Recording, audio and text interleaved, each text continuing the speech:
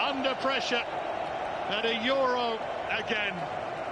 And it finishes remarkably, dramatically. Netherlands 0, Czech Republic 2. Tak asi líp to dopadnout nemohlo. It couldn't have turned out any better. It's great. Nobody expected us to make it so far. To beat the Netherlands after such a performance is fantastic. I believe all the fans who were here today had a great time. It's superb.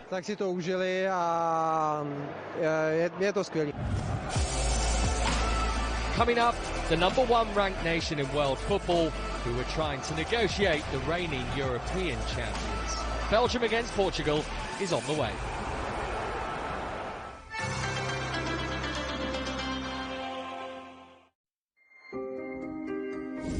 Everything has come down to this moment.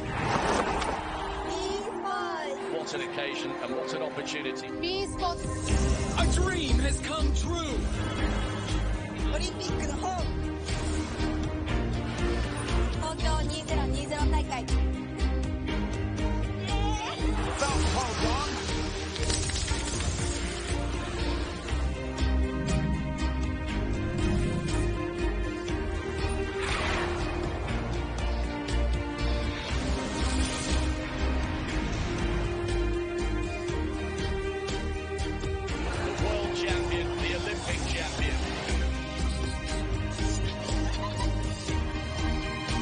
The sky is her limit. It was, and it's his time to celebrate.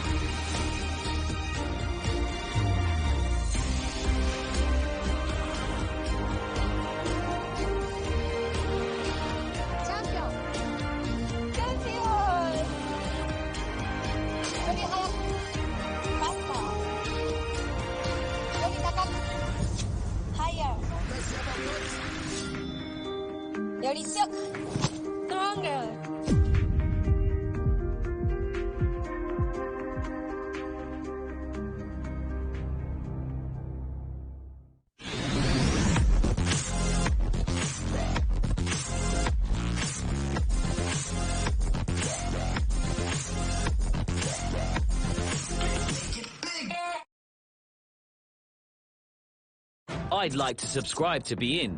What's the best package for me? Ultimate. Ultimate includes everything and has all the quality features, granting you access to all our channels and services. 100 channels. Sports, movies, series, drama, kids, premium sports events, major competitions, including the FIFA World Cup, AFCON, UEFA European Championship, Copa America, and many more. With this package, you also get the Be In 4K channel and Be In Connect to help you stay connected. In addition, you'll receive a $20 credit every month to watch the films you want on Be In Box Office and Be In On Demand. For more information, please visit bein.com/packages. UEFA Euro 2020, round of 16. France.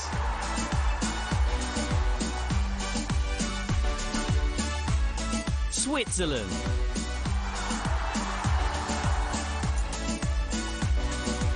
Today, live and exclusive on beIN Sports Max 3. UEFA Euro 2020 on beIN Sports Max channels is brought to you by...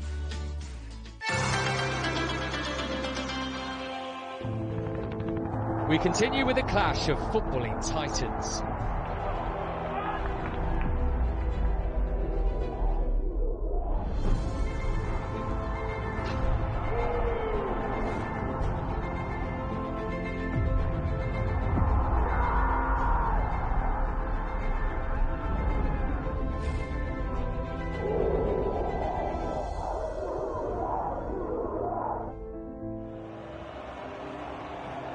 This had the potential to be one of the classic European Championship round of 16 games. Belgium, classy, confident, and tipped by some for tournament greatness, but their opponents were the ones with the recent experience in success.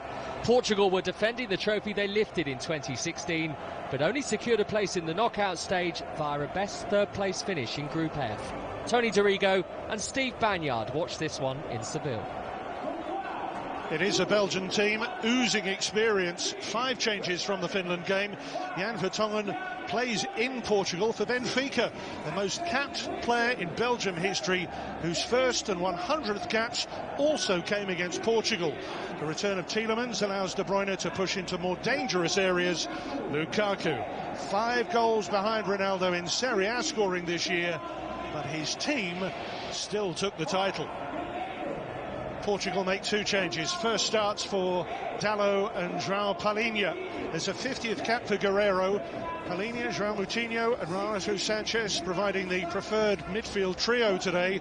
Bernardo Silva and Jota playing wide. Cristiano Ronaldo needing just 1 more goal to uniquely be the world's highest scoring international of all time.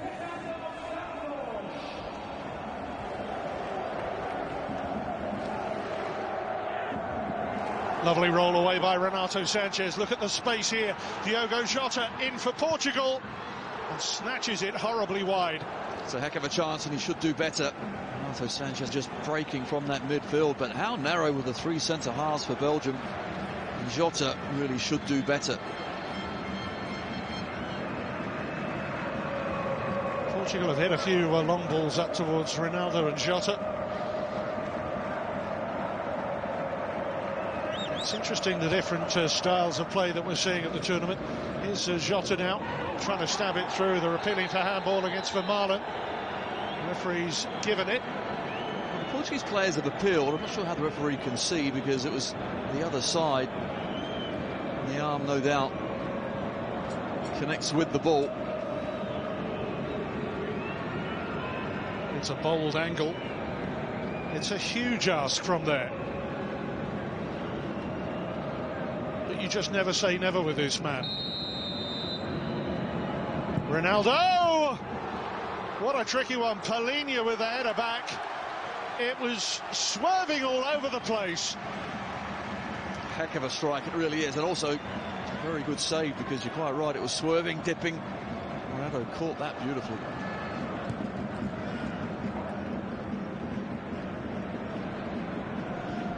Alderweireld to Meunier. Lovely, subtle Meunier. Well, wouldn't that have just been glorious? Oh, lovely idea, inside of the right boot as well.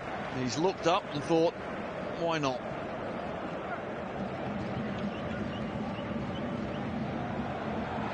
Courtois, living the high life and the dangerous life. That was quite a tightrope he was walking on there. Lukaku, tracked by Ruben Dias. Lukaku, De Bruyne, Meunier.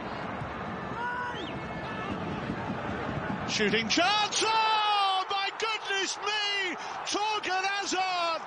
What a thunderous goal for Belgium! Fantastic! What a strike, incredible strike. Rui Patricio was caught unawares. I'm sure he wasn't expecting the shot. And Torgan Hazard gets it out of his feet and then just lets fly. Look at the swerve on that. Pace, power, accuracy, and an excellent goal.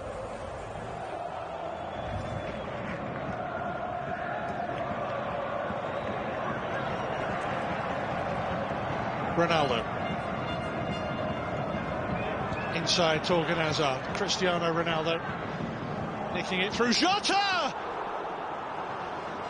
Snapshot. Catching Belgium a little bit on their haunches there. Great link-up play, it really is. Ronaldo does well. Thought he might go down for a free kick. Instead, he doesn't. Stays strong.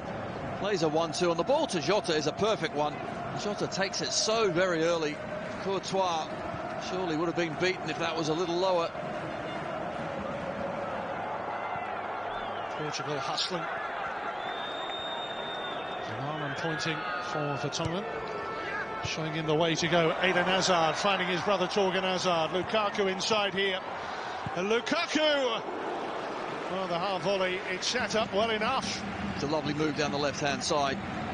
Eden Hazard round the corner to his brother Torgan. And then finds Lukaku and has to take it nice and early. Just wouldn't dip in time. You could see he was leaning back as he took the shot, but angle and direction was very good. Just needed to be a few feet lower.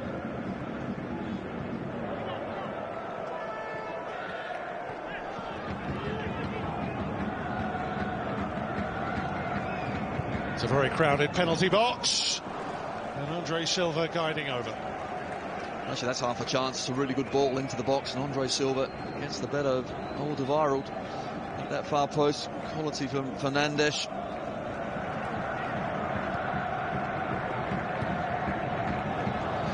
Over the top for Dalot, stabbed away by Belgium's goal scorer.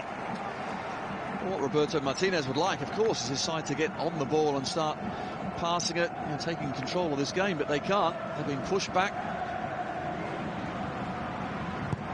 Bruno Fernandes, brilliant! Oh, and off the line by Courtois. Beats it out, right at him in truth. Portugal very much knocking on the door. That's a chance. Just needed to go anywhere but there. Giving the keeper a chance. In towards Ronaldo this time. Hit on the volley off the foot of the post this time. Well, Portugal, they could not have come closer. Brilliant effort from Portugal. Guerreiro is the one that hit the post. It's a heck of a strike. Controls that half volley as well. Guides it into that bottom corner, but unfortunately can't bend enough. Pep's making an extra centre forward. There's Ronaldo, Andre Silva, and Courtois smothering at the last. Excellent save, it really is. Brave at the feet of Andre Silva. As the ball comes in, it's just flicked on by Ronaldo. Andre Silva gets there, can't get past the huge frame of Courtois.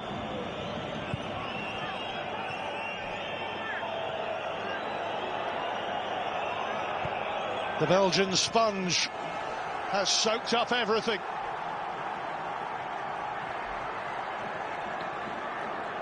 Carrasco here, look at the ground being made by Tielemans to his left. Danilo keeps Portugal in it, but only by the skin of their teeth.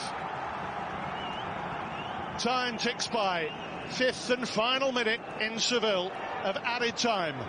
Andre Silva, and the effort from Joao Felix is scraped horribly wide. Joao Felix, once again, the ability the young man's got. You expect him at least to hit the target, but he couldn't. Portugal have thrown everything at Belgium in this second half. If they'd had a kitchen sink, that would have gone at them as well. Danilo. Pep.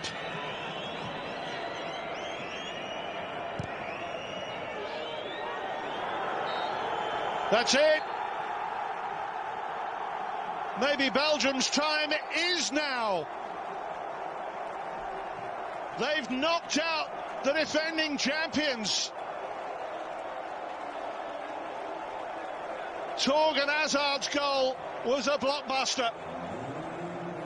But Cristiano Ronaldo and Portugal see their tournament come to an end in Seville. Well, the Portuguese faces depressed, deflated, demoralised. But Belgium are buoyant. A brilliant goal from Torgan Hazard to send them through, and they will face Italy in Munich on Friday. Full time in Seville. Belgium 1, Portugal 0. It was not an easy game tonight.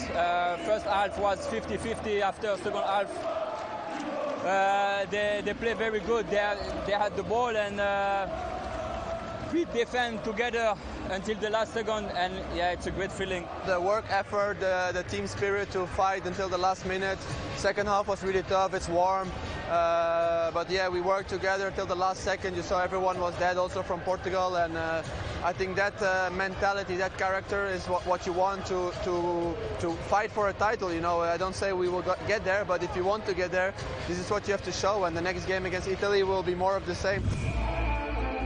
The defending champions out at the round of 16, so it's Belgium who progress to face Italy next in Munich, while the Czech Republic will take on Denmark in the last stage, just as they did at the same stage of the European Championship in 2004. 4 nations through, 4 quarter-final places still to be booked. Copenhagen and Bucharest are the next destinations for round of 16 games, as Croatia take on Spain and the world champions France meet Switzerland.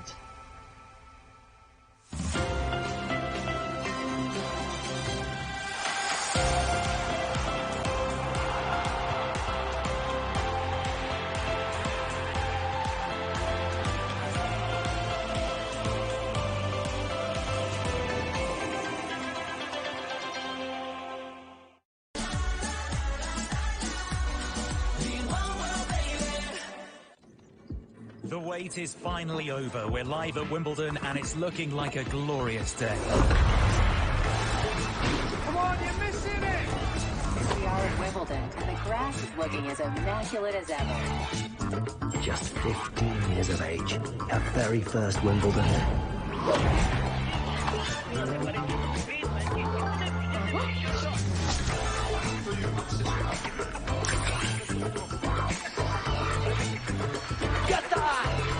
Oh, hey, where's the strawberries? We're out. You cannot be serious.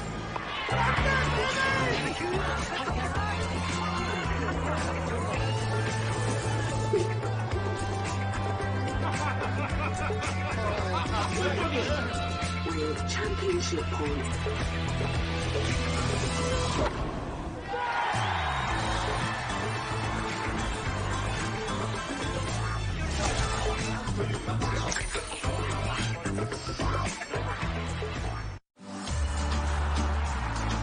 It's not too late to join the fever. Subscribe to the knockout package at a special price to watch the knockout phases, including the finals of UEFA Euro 2020 and Copa America 2021. Can you believe it? Another day, another goal. For more information, visit bein.com/summer 2021.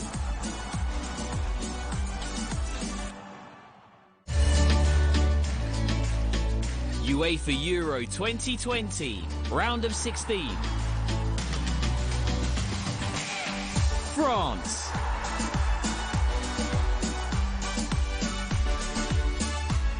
Switzerland.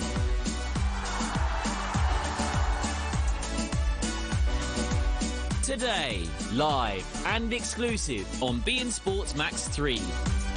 UEFA Euro 2020 on beIN Sports Max channels is brought to you by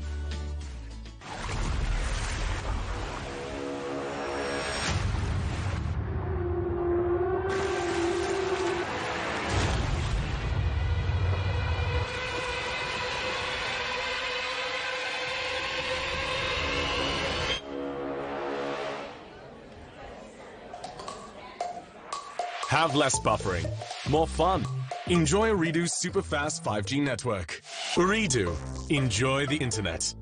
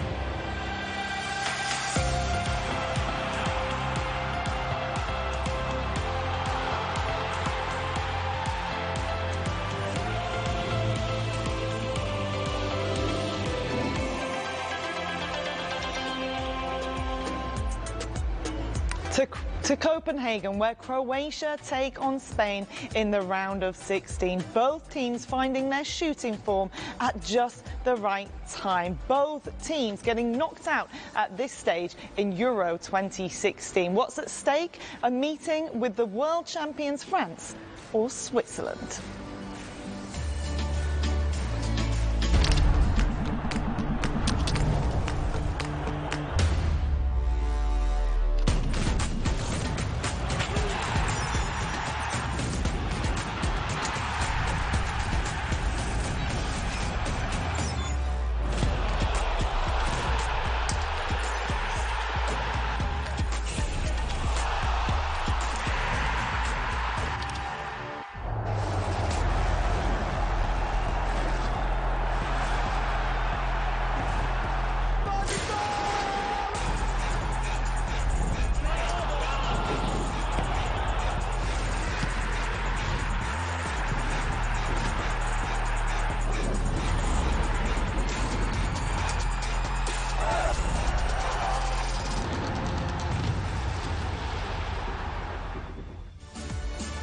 To Denmark, at the Parken Stadium, where 12,000 fans will be in attendance this evening. The Croatia section selling out in a matter of hours. An extra flight scheduled between Madrid and Copenhagen. Expect both teams to be represented this evening, and both sets of fans expecting nothing short of a victory. It's coming up in a little under an hour's time.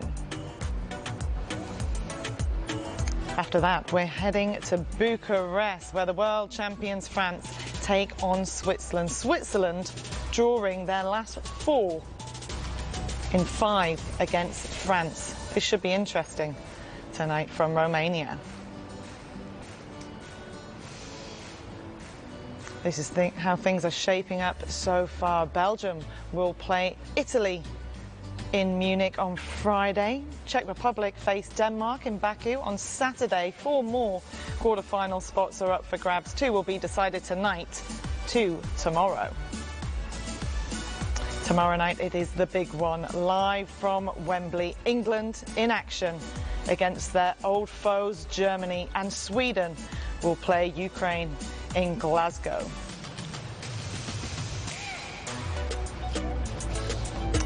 And we have action from Wimbledon for you. Novak Djokovic through to the second round. Roland Garros finalist Tsitsipas in action against TFO of the USA. Right now, that one live on 5, 6 and 7 for you in English, Arabic and French. And we've also got Tour de France action for you. It's stage 3. That one on 3 and 2.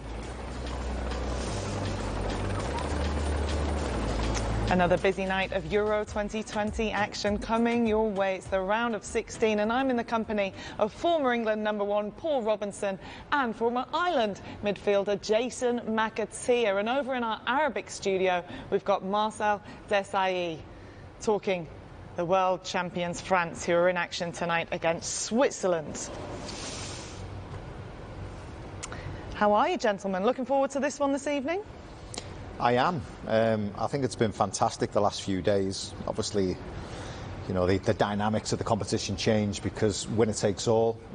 Tactics will slightly change from the group stages where you can afford to be beaten twice in some cases and still go through. Yeah. But this is definitely the business end, and I think we've seen some terrific games. I think last night Portugal-Belgium was fantastic, although it was a slow burner. The first half was very tactical, but it certainly opened up in the second half, and obviously Belgium go through and the holders are out, and then we see the shock of the tournament up to now, Holland going out, maybe a little bit of complacency by the Dutch, but they go out. I know Ruud Hullit's not too happy at the moment, but he'll get over it. And then, and obviously we've got tonight, we've got Croatia-Spain, and what a game we've got in store. Yeah. Who do you expect to go through tonight, Paul? This is one that I earmarked when the you know, the fixtures were looking like they were going to come together. I saw this game and I thought it's going to be a really good game because there's 2 teams, very similar styles, the way they want to get the ball down and play, but 2 teams who, in my opinion, haven't quite hit their full potential in this tournament yet. Spain, you've been criticised for, you know, being blunt up top, not having a cutting edge, killing teams with passing. but then they score 5 against Slovakia, so you just think there's something more to come from the Spanish. Croatia, they were really poor against England, and then against Scotland, when they had to perform, they scored 3 goals, and they looked like a Croatia team of old. So I think there's 2 teams here tonight who are just slowly warming up into this tournament. I think it's going to be a really good game. What about the teams? Team news has come in, 2 changes for Spain, 2 changes for Croatia. The Croatian changes, I feel, are more detrimental to them. Perisic, I think, and listen to what Robert just said, I think he's exactly right. 2 teams that have worked their way into the tournament. I'm not convinced by Spain, by no means. I don't think it was a 5-star performance, although we got 5 goals. It was certainly 2 own goals that helped them. Morata's on the end of some terrible stick at the minute and not finding form, and we'll have to see if he can replicate some of the best form that he's produced, but it doesn't look like it. For the Croatians, like I said, Perisic is a big miss, but they have come alive. Against Scotland, they were fantastic. Now, this is 2 teams, Spain and Croatia, that have the last games of the groups, they dominated possession. It's going to be interesting to see who dominates the ball tonight, because as we know, and like Paul said, the Spanish like to kill you with passing, although Enrique does want to go away from that ethos, from that DNA, but he's finding it hard to actually get away from it, and it's goals that pay the rent at the end of the day. It's not possession. So we'll have to see who dominates the ball, and I think the team that does and is bravest tonight will get the result. All right, well, talking of being brave, Alvaro Morata has had to, deal with a lot this week. He's received death threats, insults to his family, saying that I hope my children die. He's talked about the fact that he hasn't been able to sleep, that he's felt like he hasn't been able to look at his phone. Let's hear from his manager, Luis Enrique, on this topic.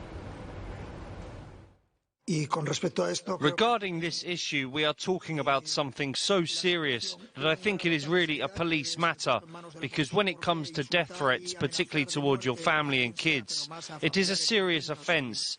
So I don't really think I can add anything meaningful to that in the presser. Hopefully the authorities will take care of this matter so that it can be met with a robust response. It's just the very last thing we want players to be experiencing. But I know that you 2 have both experienced something similar, and Jason, you quite recently.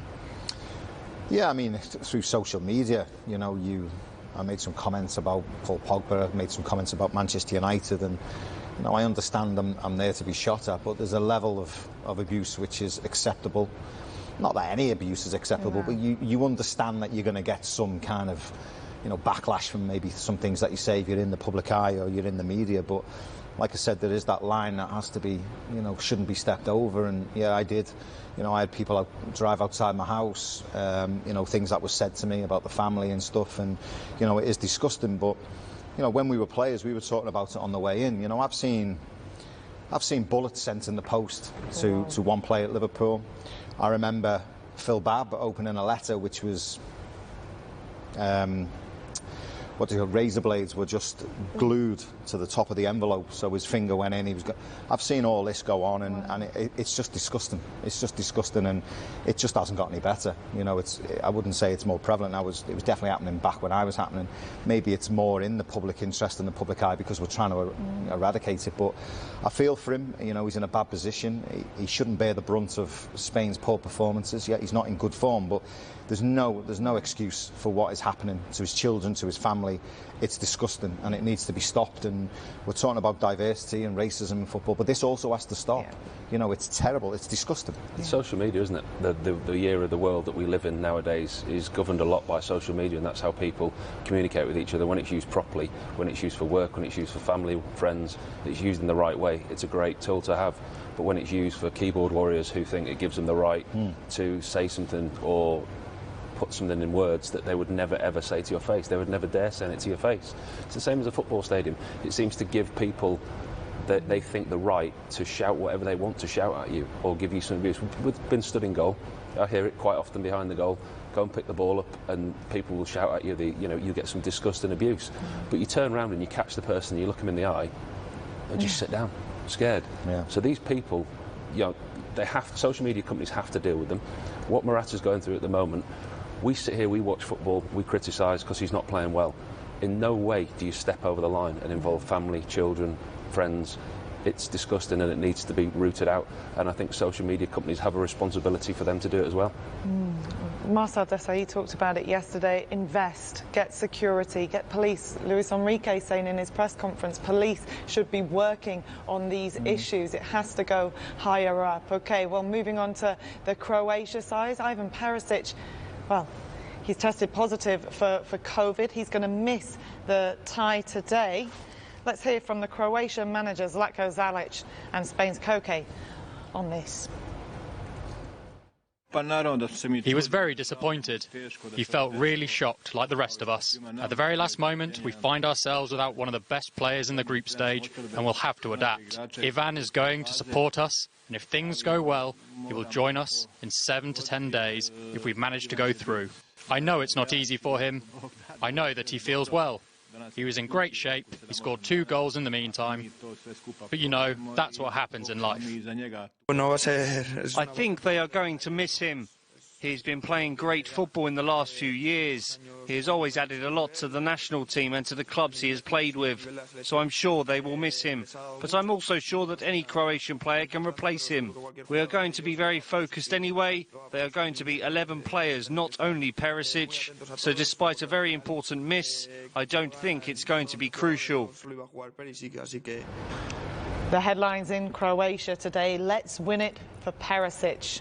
How big a loss is he tonight? He's a big loss. He's a big loss. Scored against Scotland, bags of experience, been around the squad for a long, long time. Obviously played in the final in the World Cup a couple of years ago. Plays on that left, but yeah, I mean, listen, this is an ageing team and he's one of them ageing players, but if they hit the ground running and they start well, like they did against Scotland, and they dominate the ball and dominate possession and get him on the ball and like to Modric on the ball in the right areas, these players can hurt you. It doesn't matter how old they are. You've got to stop them when they're in the right areas of the pitch, and he is going to be a big loss. I mean, the bewildering aspect of what has happened is how did he catch it? Now I understand when we talk about teams moving around Europe, and we've all got our take whether we think this competition is good because it's in different places. For me, I'm not quite bought into it. I think it should be in one country and that be it. But I think it has brought its problems because, like you just said to me, the travelling could have caused this problem. But the thing is, the travelling, he's in a bubble obviously with his team. You see what happened to Billy Gilmore in Scotland. 2 England players had to self-isolate. He's caught it in the bubble with the Croatian team, yet no one's isolating. Yet no matter different rules. I'm fed up of looking at all the rules with COVID, because if you're in Scotland, it's a different rule to England.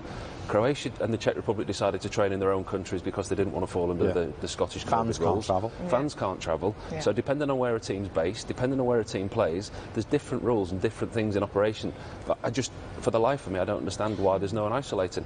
You know, Wales have gone out, just talking about travelling, they've gone out and now they're voicing their opinion about the no fans and how it's an advantage for teams, and you know it is. Some fans have, you know, some teams have got more advantage than others. Yeah, well, it'll be interesting once the tournament ends and we see who progresses to watch how their journey worked and who was at home and who had to travel the earth to get to their stadium. Okay, well, last night, well, was it interesting, wasn't it? Belgium against Portugal. First half certainly didn't live up to the hype, but the gloves were off in the second half, weren't they? I really enjoyed it. I mean, I did watch the first half and think, should I turn it off at half time? And then I just thought to myself, it's got to liven up. Something's got to happen because there's too much quality on the pitch. And it did. You're right. You know, they went in 1-0, didn't they? Leading 1-0 Belgium, and it was up to the Portuguese to come out second half fighting, and they did. They did, to be honest. And you know, I'm worried for Belgium. You know, they've lost De Bruyne, they've lost Hazard. You know, that's going to impact them in the next game. Can they get them fit? Remains to be seen. But I felt for Portugal. I thought they had a right good go. I thought they were unlucky. They showed some backbone and character, and you know, on another night, you know, luck might have been with them. They could have gone through, but the Belgians held firm and got away with it to some extent. As a spectacle, I think we were all expecting this magnificent game, and you know, I couldn't wait to get back to the hotel last night to watch the game. And in the first half, I was disappointed because I think, like you say, they tactically cancelled one another out, and I think it was, you know, it's knockout football, so it means a lot more. There's a lot more pressure on the game, and I think the first half that showed. There was a fighting spirit, there was heart, there was determination. In the second half, Portugal they can count themselves unlucky. Belgium are going to struggle without those two players, you know. And Hazard, that could be a big miss. I thought they really lost their way, Belgium. They lost the discipline. There was kind of too much space, although they were camped on the edge of the box for long periods. You know, they didn't keep the ball, they didn't get it up to Lukaku and he held it up and brought Mertens into the game, or Hazard. It just kept coming back. It was wave after wave. And, you know, I think it's Italy they play in the next round. Yep. You fear for them. If they lose the discipline against the Italians, they could get turned over. And like Paul said, you know, losing 2 of the talismen, you know, could be a big blow for Roberto Martinez. It's a big side of the draw, isn't it? Sorry, Nicky, it's a big side of the draw. Massive. That's the tough way in. I mean, if you look at England's route in now, England have got a very, very hard game against Germany, but then you look at what they could potentially play: Sweden, Ukraine, Czech Republic, Denmark. No disrespect to those, but then you look at the other half of the draw. You look at the Belgians, you look at the Italians, and you look at they're doing it the hard way, aren't they? That's a tough way in. You're getting a bit carried away there. You said England play Sweden. He's looking or at the Ukraine. next couple of games, isn't he? All right, well, let's hear from the managers, starting with Roberto Martinez. I think today it wasn't just about how good we could be, it was more about how much we could adapt to what Portugal do the best, which is do exactly what they need in the game to win. That's why they are the current champions of the Euros. They won the Nations League. They got an incredible experience and know how to take those moments that they hurt you. I think we had an incredible concentration. We defended really well. I thought the first half we played really good game. We controlled and we defended well when we had to, but then we scored a very good goal. And then in the second half, as you would expect, the more that the momentum went to Portugal, we had to show an incredible mentality. This is football. The ball did not want to go in. Sometimes, in other games, we had less chances and we won. But that's football. We are very disappointed. All of us here believed that we could reach the final and win the tournament like in 2016. That was our spirit, and that was our attitude. We are very disappointed. Some of the players were crying in the changing room, and that's only as it would be expected. But there are still a lot of titles to win. In 2018, we were beaten in the quarter-finals, and that was also a disappointment for us. But in 2019, we won the Nations League. Now we must focus on the World Cup. We're going to need probably 48 hours to find out the extent of the injuries. Kevin De Bruyne, his ankle, it was a really bad tackle. And we'll see. At this point, we haven't got any diagnosis from the medical department. And Eden Hazard is more a muscle sensation. So we'll take 48 hours. We go back to Belgium just now, tonight, and we'll make the scans tomorrow. Absolutely, it's a disaster for Belgium. Maybe good news for the Italians. That one is on Friday night from Munich. Kickoff at 2200 Mecca. Another mouth-watering prospect. Wow, the big surprise from the round of 16 came in this one between the Czech Republic and the Netherlands. Paul, we were in the studio, Katin and I, over this game.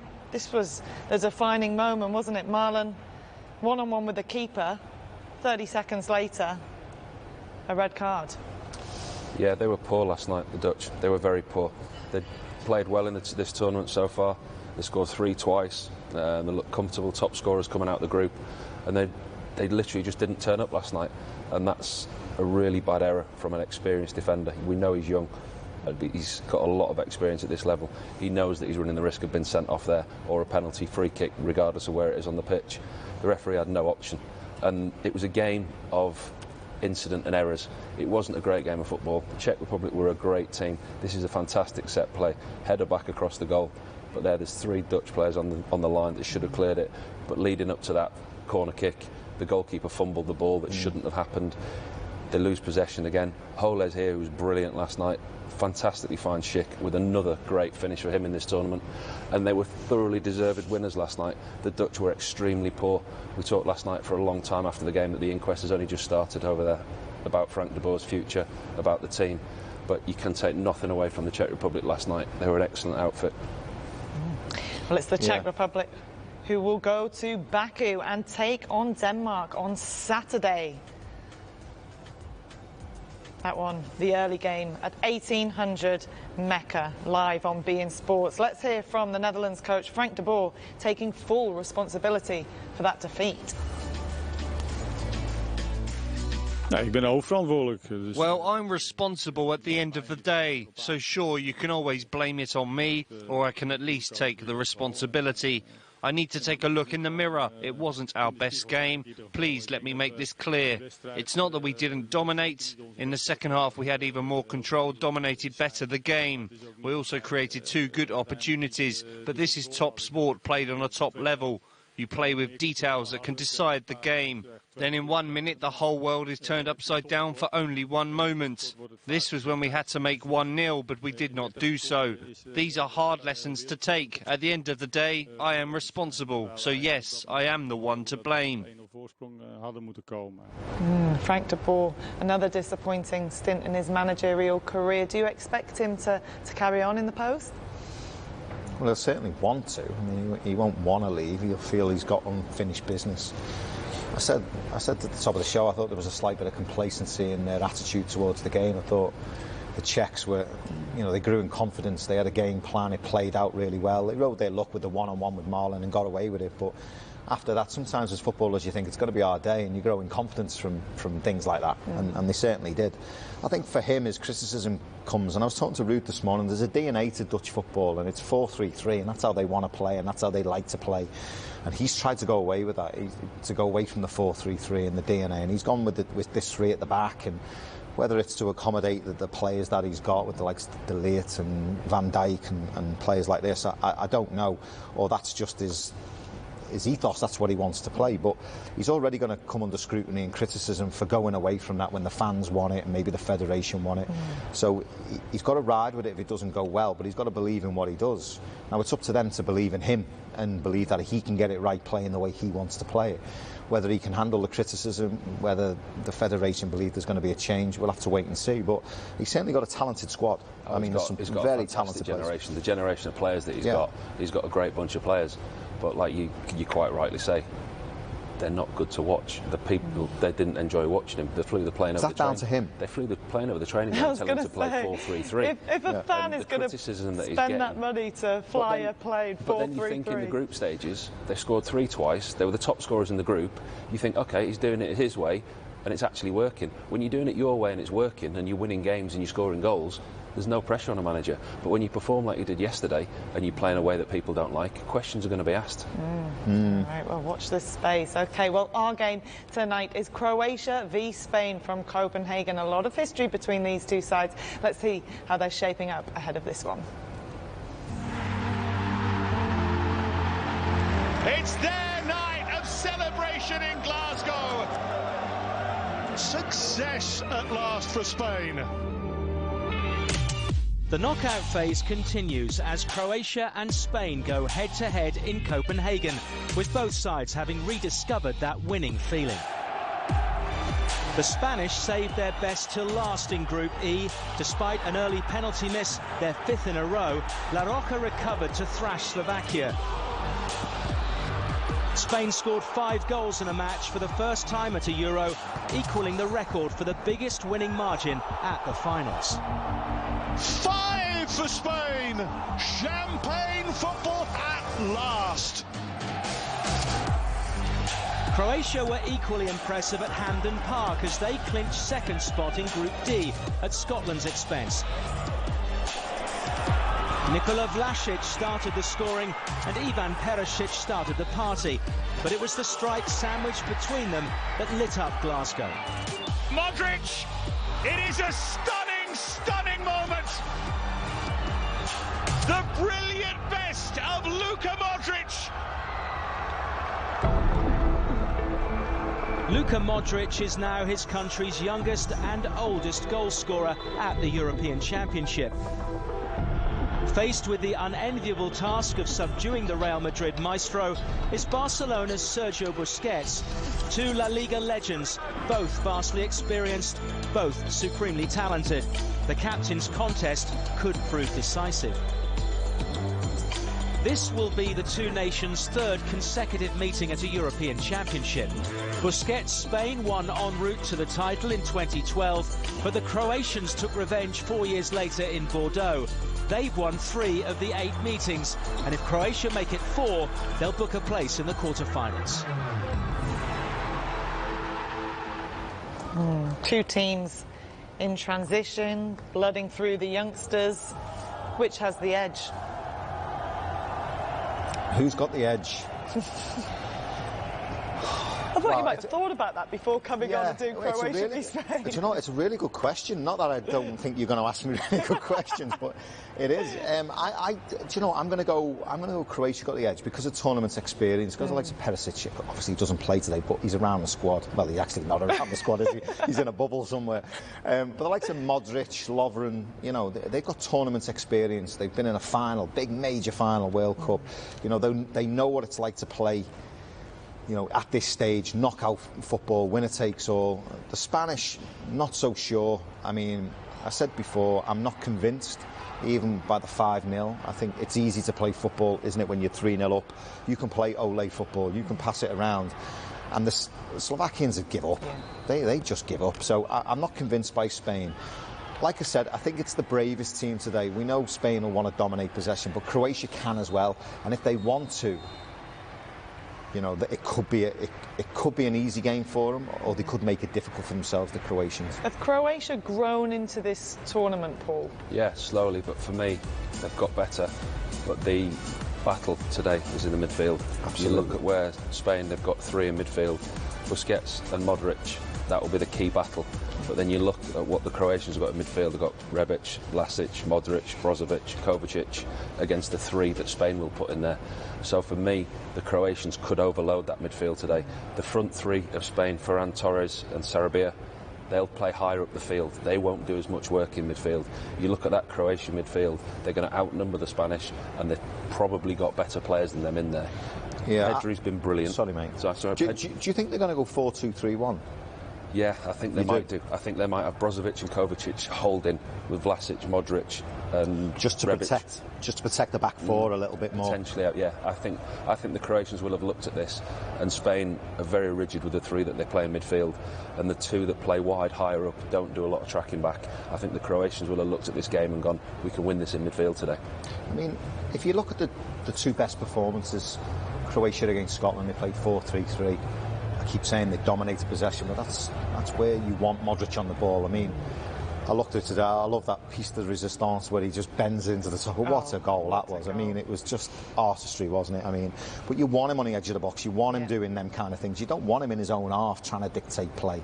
And you want Perisic high, although I keep saying Perisic, but, you know, that's how you want them to play. I mean, it'll be interesting to see if he does go 4-2-3-1, or if he is brave, Dalic, and goes 4-3-3, and just says, right, this isn't a great Spain team, I'm going to take the game to them? Or does he sit back and give up possession and say, right, we're going to hit them on the break? If that's the case, I agree with Paul. I think if he wants to be proactive and very more expansive, then I think he's going to go 4-3-3. But he's got the ability with this team to do both. Yeah, it'll be interesting to see how he sets up from the start of the game. Yeah, we'll obviously know from the lineup straight away before the game kicks off. But it'll be interesting to see if Brozovic and Kovacic do sit as 2 holders. Yeah, we will give you those team dynamics after the break. We're going to take a quick time out. We will see you shortly. We'll delve a little bit deeper into this one. Croatia v Spain from Copenhagen.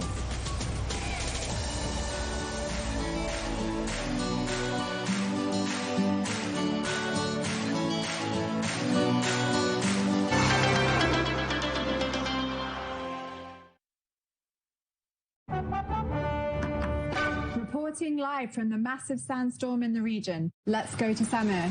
Well, as you can probably see, it's a chaos here. Being trapped in their homes and looking to get worse. Hello, Susan. Can you hear me? Smiles now delivers food. I can't hear you. I think I've lost you. Did I hear it right? Smiles now delivers food. Hello?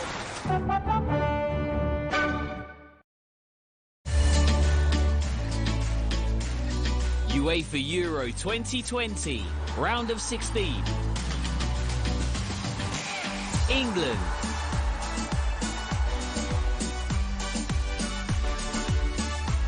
Germany.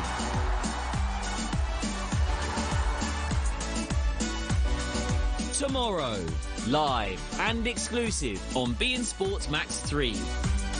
UEFA Euro 2020 on beIN Sports Max channels is brought to you by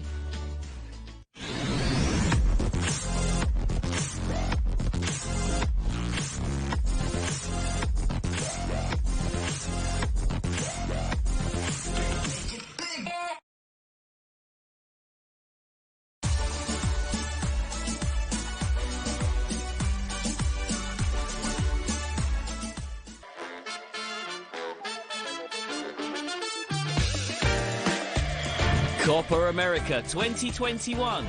Group stage. Bolivia.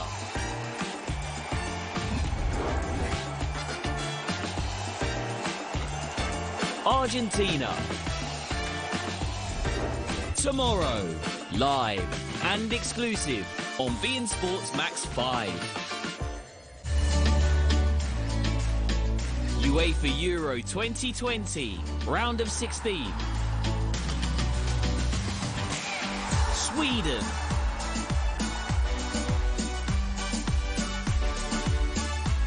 Ukraine.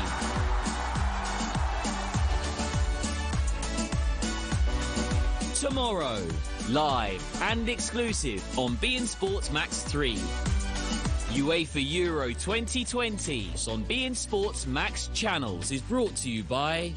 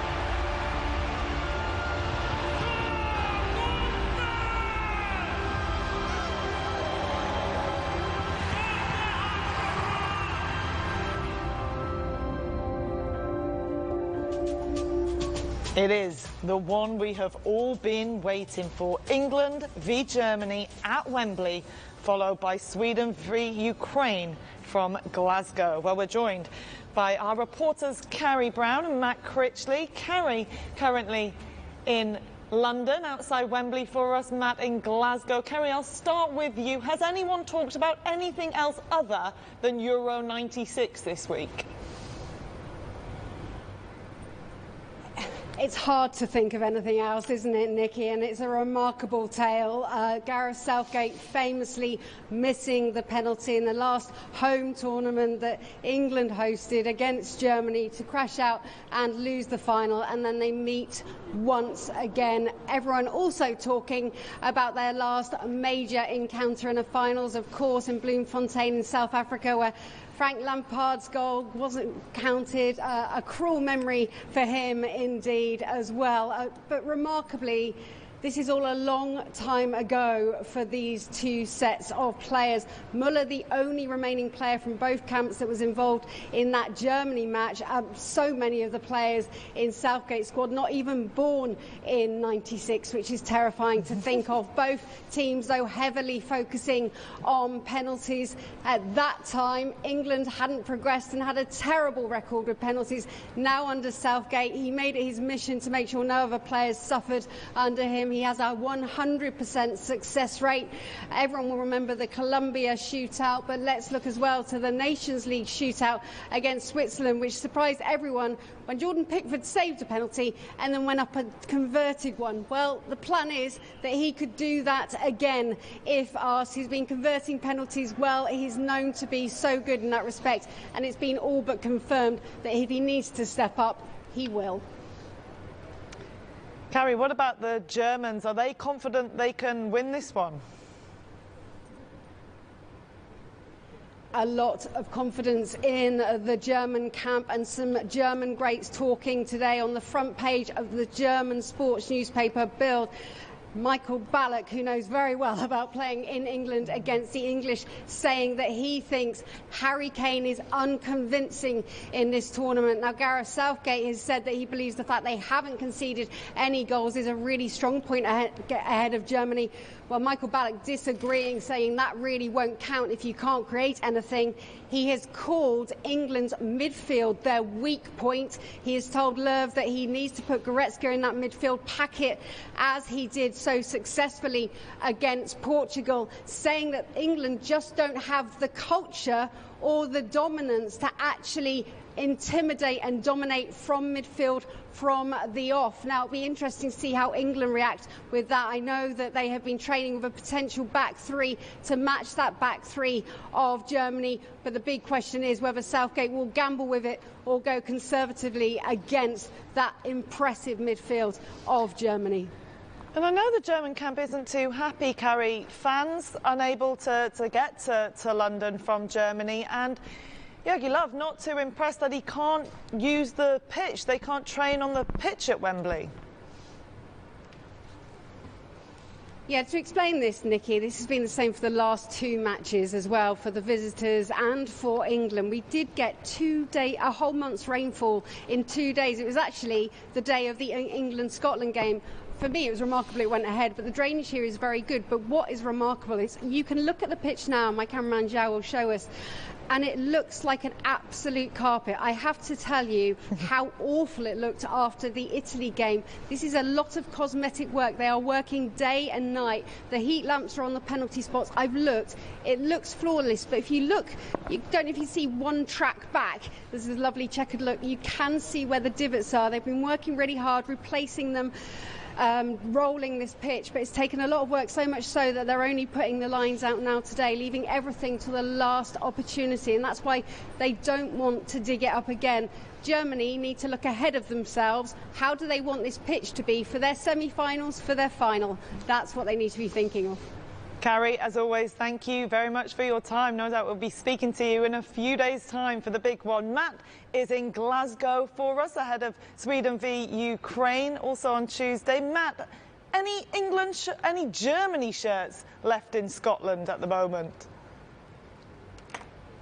Plenty of England shirts left for sale. I can guarantee you of that. Very few Germany shirts. You may remember the story from a few years ago when Croatia were playing England in the semi-finals of World Cup 2018, and Croatia shirts actually sold out here in Scotland because everybody was supporting anybody that played England. And it was bizarre actually, because of course Croatia played a couple of games here, and just being in and around the fan zone and in and around the city, there were still a lot of Croatia shirts around, and you're sort of thinking, well, there's a lot of Croatian people managed to get all the way to Scotland despite travel restrictions and despite quarantine and everything, but actually it was a lot of Scots that still had those Croatia shirts left over from 2018. And just driving in actually over the course of the past hour or so, you saw one or two Germany shirts popping up. I think the Scots will be buying theirs and supporting Germany at that game down at Wembley tomorrow, and there'll be a few thousand in here as well, of course, because of the restrictions and the difficulties of travel. We are expecting very few Swedes or very few Ukrainians to be able to get here to Hampden Park, but I think once they've watched the match, I think a lot of people will want to watch England versus Germany, but once that's done and dusted, there's an hour between the two games, and they're expecting a good handful, maybe 3,000 or 4,000 Scottish fans to come down here to watch what should be a pretty entertaining game. Ukraine perhaps surprising some people that they got to this stage with just 3 points, just a one victory so far over North Macedonia, but Sweden, who've done terrifically, just training behind me actually, but that opening day draw against Spain and then the victories against Slovakia, and it was an impressive group stage, wasn't it, overall for Sweden. So they'll go into the game with confidence, no doubt about that, and they probably start as favourites to Sweden. Yeah, we were very impressed by Sweden here in the studio, Matt. I was just wondering if Sweden or Ukraine been asked in their press conference who they would prefer to meet in the quarter-finals, England or Germany. We saw Sweden-England in the World Cup 2018. It's the question we always ask, and it's the question we never get an answer to. The actual press conferences are due to start very shortly, actually. Ukraine are training here a little bit later on, and they'll give their press conference in the team hotel a little bit later on. But you can be sure that whichever coach around the world, whichever player around the world you ask that question to, they always say, we don't mind, we're just focused on our particular game. I mean, it's a difficult one, isn't it, from even a Sweden or a Ukraine point of view, which one you'd rather face, because I suppose on the face of it, you would perhaps say that England are the better side, maybe, but Germany have the record, Germany have the history, the experience in major competitions, so it's a tricky one to ask. But listen, if Sweden or Ukraine are thinking about anything other than this game tomorrow night, then they'd be pretty foolish, because they both know what a tough assignment it will be, and to get through to the quarter-finals, if it is Sweden, after reaching the quarter-finals of the World Cup, of course, in 2018, to get to another quarter-finals of a major tournament would be a huge achievement for them.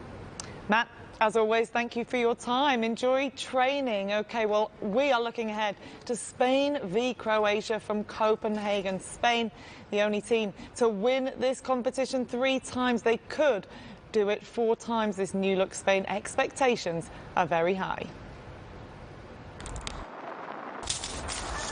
Expectation always weighs heavy on Spain. Consecutive draws at the start of the group stage were testament to that, but then the Spaniards let loose on Slovakia. 1,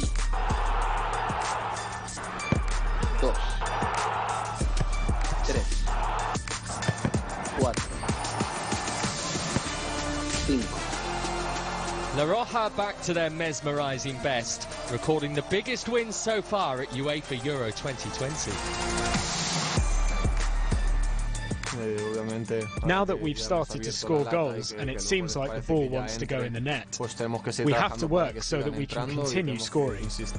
We have to keep creating chances. That's the most important thing. Whether the ball goes in or not isn't our decision. We do all we can to make it happen. Now the picture changes for Spain. After 3 group games in familiar surroundings, they're swapping Seville for Copenhagen. And their round of 16 opponents will be very wary of that revitalised Spanish attack. Croatia conceded 6 goals against Spain in the UEFA Nations League less than 3 years ago. But having played for Dinamo Zagreb, Dani Olmo knows the 2018 World Cup finalists are not to be taken lightly. There are a few players who you might not know. You all know the likes of Luka Modric and Kovacic. I'd highlight Gvardiol, the left back, because he's young, 19 years old. This is his first Euro, and he's played incredibly well. Petkovic will also be playing, the number 9 for Dinamo Zagreb. He is a very physical player, with a lot of quality too.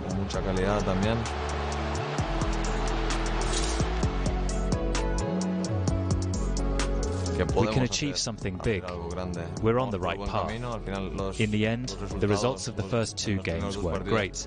But we knew that if we continued in the same vein, the good results would come. It finally came in emphatic fashion against Slovakia, with 5 goals. We're obviously more confident now, and we're aiming for success.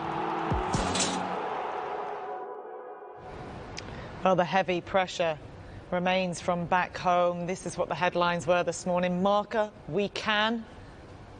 AS, we have to win. Yes, yes, yes. Deportivo, like a final. No pressure then from the Spanish media.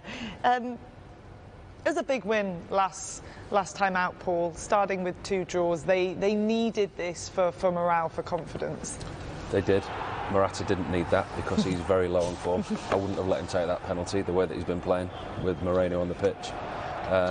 You say that, but would you let him take? Because if he scores, he could come alive, couldn't he? So what? It's a double-edged sword, isn't it? Yeah. It's a double-edged sword, but with somebody so low on confidence. I mean, he got his goal. It was a tap-in from 4 yards. I think even you or I could have got that.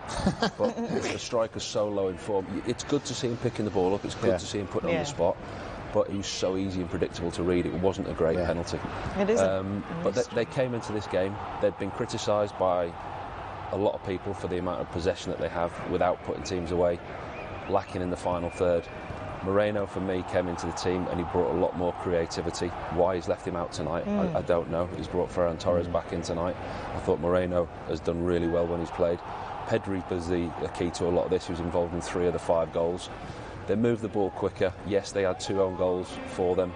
They were better, but Slovakia's heads went down very quickly. And it was what Spain needed. But like you said, I'm not totally convinced by them, even though it was 5-0. I worry about the Morata inclusion. I know there's 2 ways of looking at it. You could lose the player, you know, not picking him. It's a very, very difficult and emotional decision, I think, by Enrique. I think, but for Spain, he's not.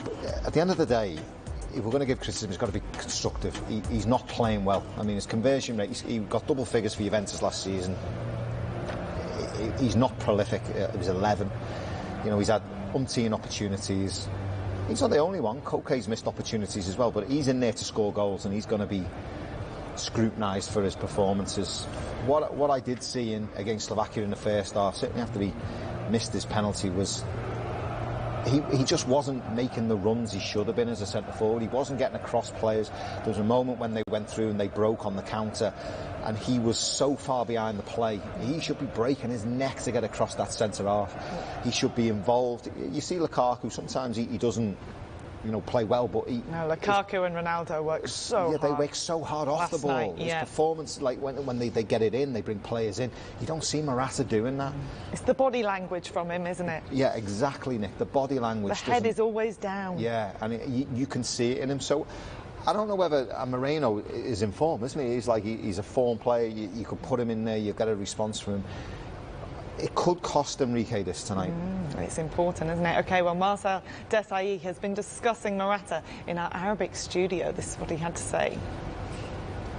Morata, they use him because it's a point of reference. They don't have it. They don't have at the same level as Morata as a point of reference. But as a striker, is honestly, for me, I have to say it, he's not at the level of what we are expecting. When you look at all the clubs where he have been, you can see that he had some issue with the club. Juventus, after Juventus, Real Madrid didn't play, or he came on, he made us believe that, yeah, he could be good. He came back to Juventus, after he came back to Chelsea. You can see that he's not a stable player, and he really needs a good philosophy or a good surround of players to be able to express himself. Yes, he's better when there is another player playing alongside him, and obviously now he can really be someone who help the second player to be able to achieve and score the goal through his movement, through his ability to bring the defender to a fake position. So globally, Spain is not lucky with Morata. Honestly, he doesn't bring the spirit. He doesn't top up of the spirit that Spain is chasing today. Yeah, Marcel Desailly there in our Arabic studio. I know I wouldn't want to follow in the footsteps of Fernando Torres, David Villa, Raul, Diego Costa, but he is, and this is his moment to shine tonight against Croatia in Copenhagen. First half coming up after the break.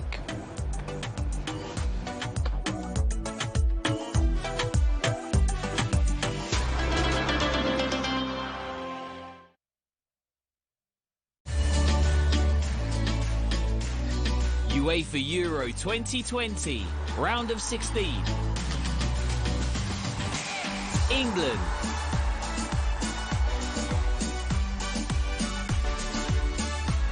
Germany.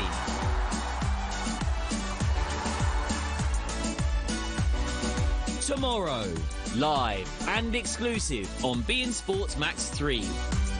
UEFA Euro 2020 on beIN Sports Max channels is brought to you by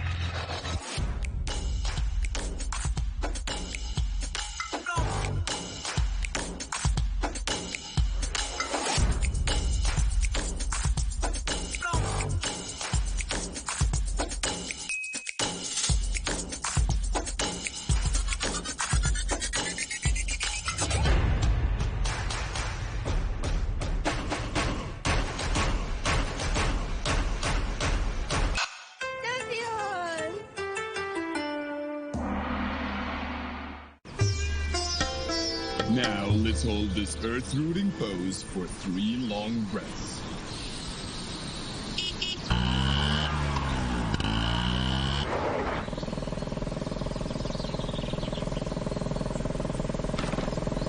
Breathe in. Smiles delivers food now?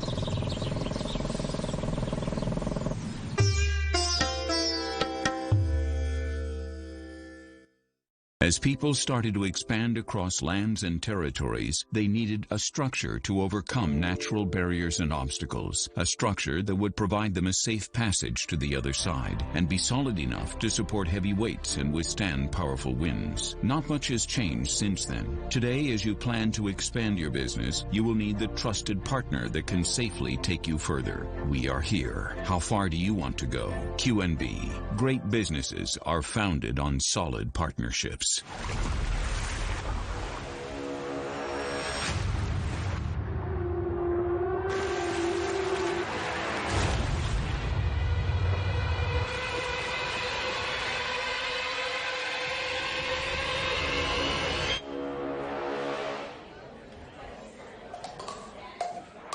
Have less buffering, more fun. Enjoy Ooredoo's super-fast 5G network. Ooredoo. Enjoy the internet.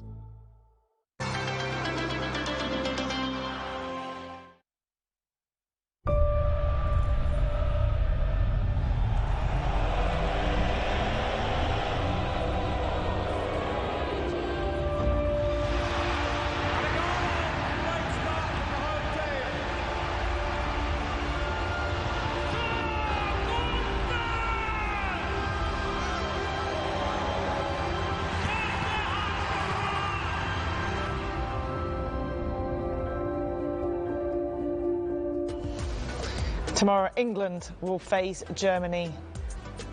It's one for the ages at Wembley. Kick-off at 1900 Mecca. We're on air at 1800 Mecca. It'll be followed by Sweden v Ukraine. Our focus is on Copenhagen tonight. 12,000 travelling fans from Croatia and Spain have made the journey, hoping their presence will make the difference. Croatia failed to progress past the knockouts in their last 3 Euros. They're there in force this evening. Then we're heading to Bucharest as France take on Switzerland. Well, the last time France played in Budapest, some French supporters actually got the wrong city and flew to Bucharest. So let's hope everyone made it to the right place this evening. That one at 2200 Mecca.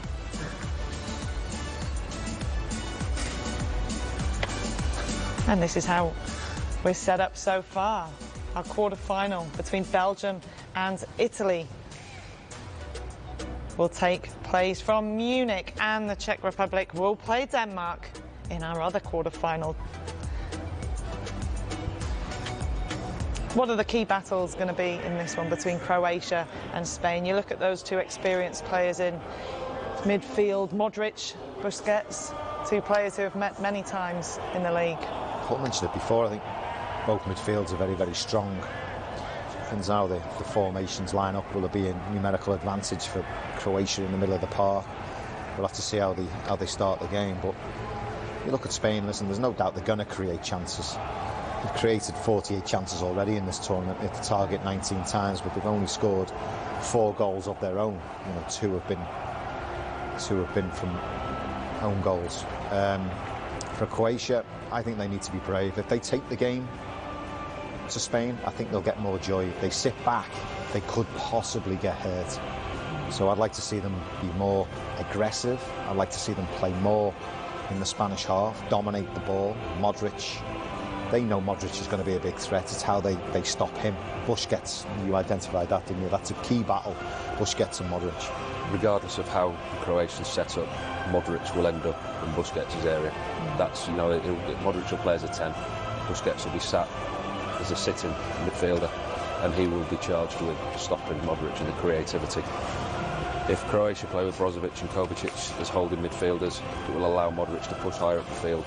But the key battle is in midfield today. Absolutely.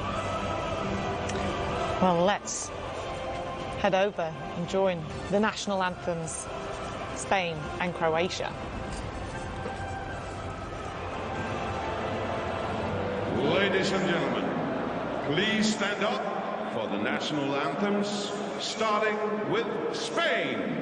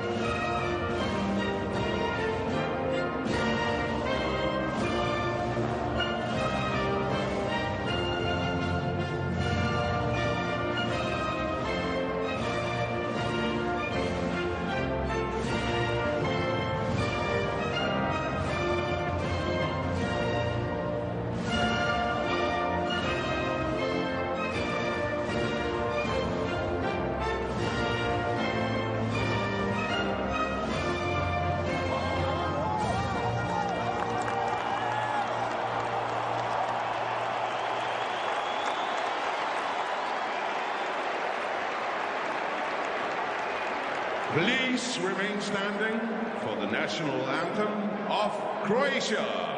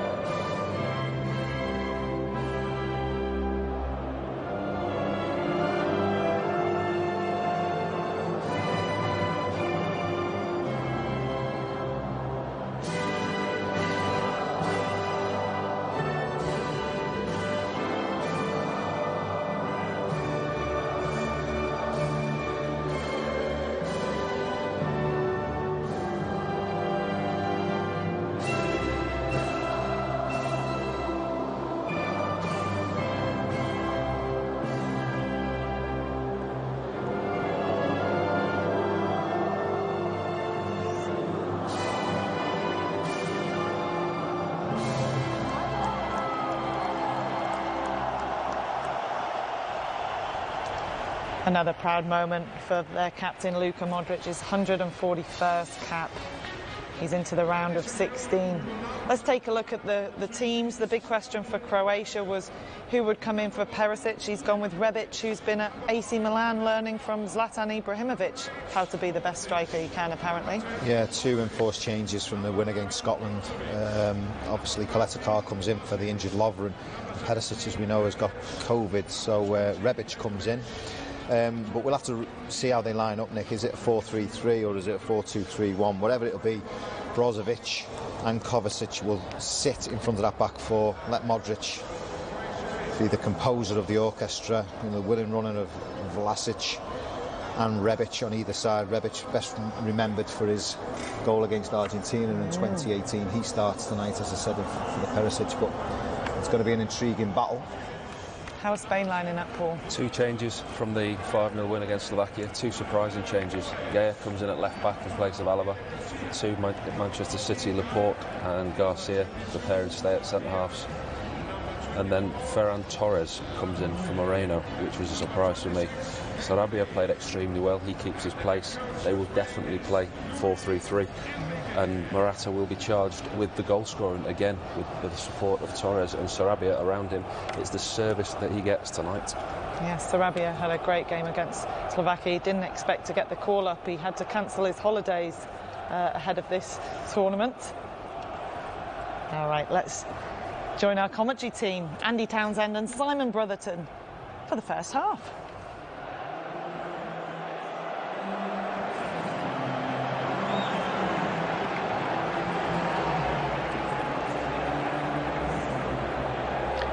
$21,500 people inside the stadium.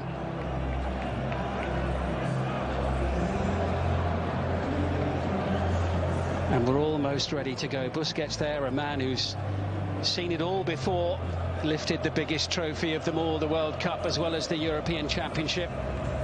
Can he lead Spain all the way to Wembley once again?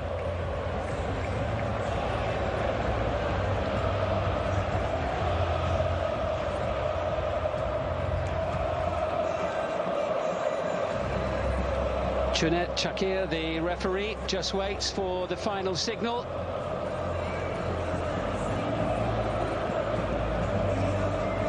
And then it is Spain who will get us underway. A place in the last 8 at stake.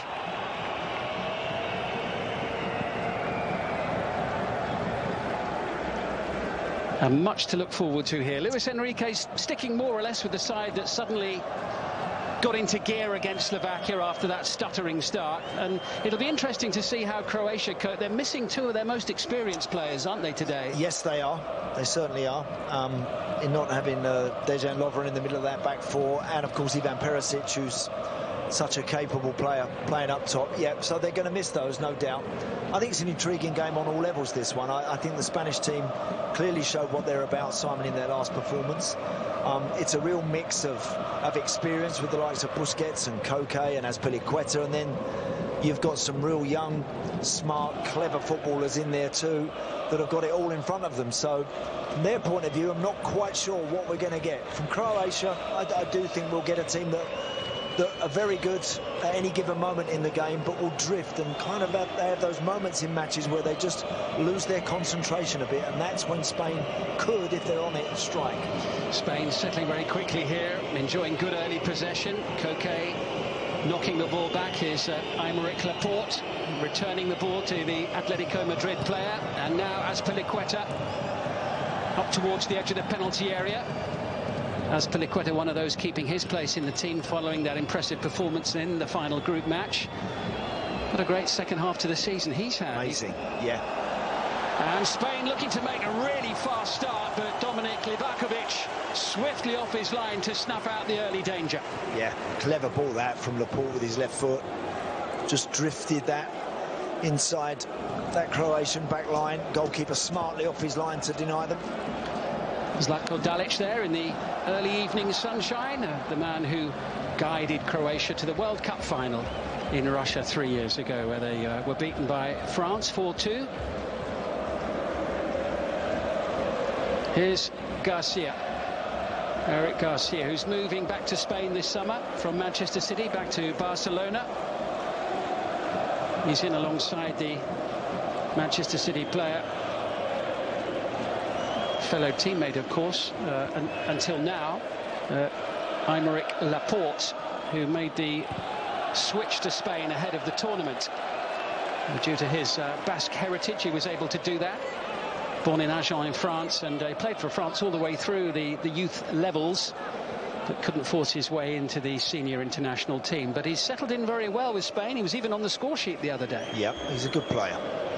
He's a very good player. I mean, it's kind of unfortunate through injury. Started to miss out a little bit at Manchester City, and John Stones, of course, stepped up and started to play extremely well alongside Ruben Diaz. So, again, I think top players nowadays recognise that, Simon, that you have to grab the chance when it's there, and he's got one in this Spanish team right now, and I don't see any reason why he should be dislodged from that for some years to come. Here's Ferran Torres, another one of the Manchester City contingent. The layoff from Koke there, collected by Busquets.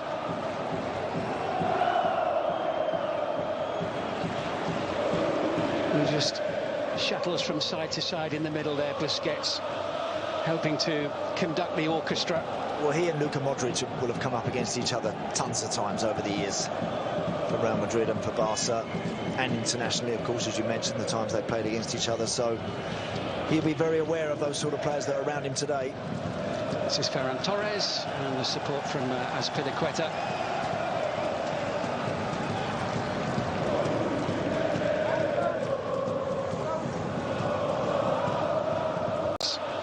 Helping to conduct the orchestra. Well, he and Luka Modric will have come up against each other tons of times over the years, for Real Madrid and for Barca, and internationally, of course, as you mentioned, the times they played against each other. So he'll be very aware of those sort of players that are around him today. This is Ferran Torres, and the support from Azpilicueta.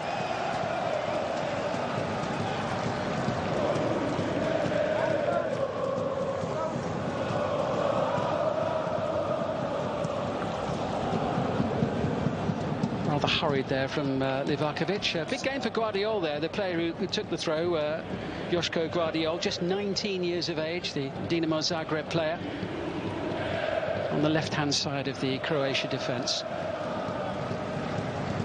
Under pressure from Koke. Free kick conceded by Marcelo Brozovic.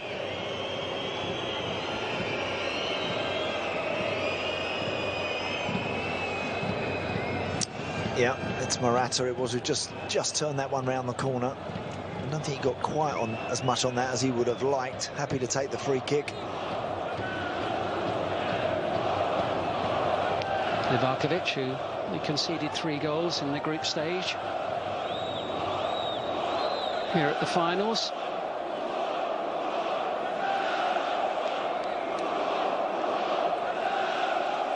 Koke and Sarabia, the two players either side of the ball for Spain. Sarabia sends it into the penalty area.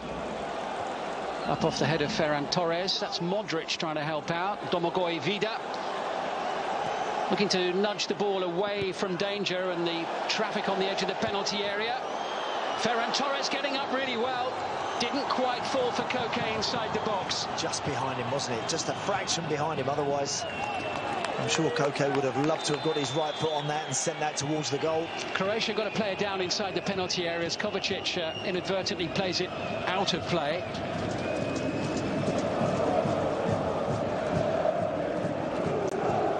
That is Guardiola. And you can clearly see what he is suggesting to referee Chakir. Good leap at the far post, wasn't it? Just a little bit behind Koke. It's just a fraction behind him, but Ferran Torres really got up early, and in that sort of situation as a midfielder, when you gamble, when you make that run into the box, you can't wait. You have to keep going. You have to keep on the move. You stand still and someone will intercept, and he's just got ahead of it. What a leap that was. Wasn't it? Ronaldo like that leap, wasn't it? You know, he hung majestically in the air there. Ferran Torres, excellent. Yeah, he's clearly playing in spring heel boots today, Ferran Torres. Croatia struggling to get a touch of the ball in the early minutes of this game.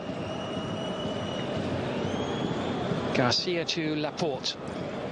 It's a very confident and assured opening front by Spain.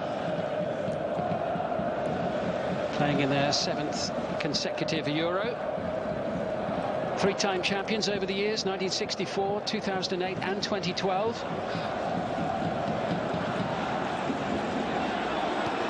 They were the first side to retain the trophy. Busquets, one of the players in that team, sends it forward. Guardiola half clears, Brozovic steps in, and Livakovic, an almighty swing of his right leg. Can't find one of his teammates though. Spain picking up all the loose pieces here in the early going. Spending the vast majority of the time in Croatia's half of the field too. Koke, Busquets.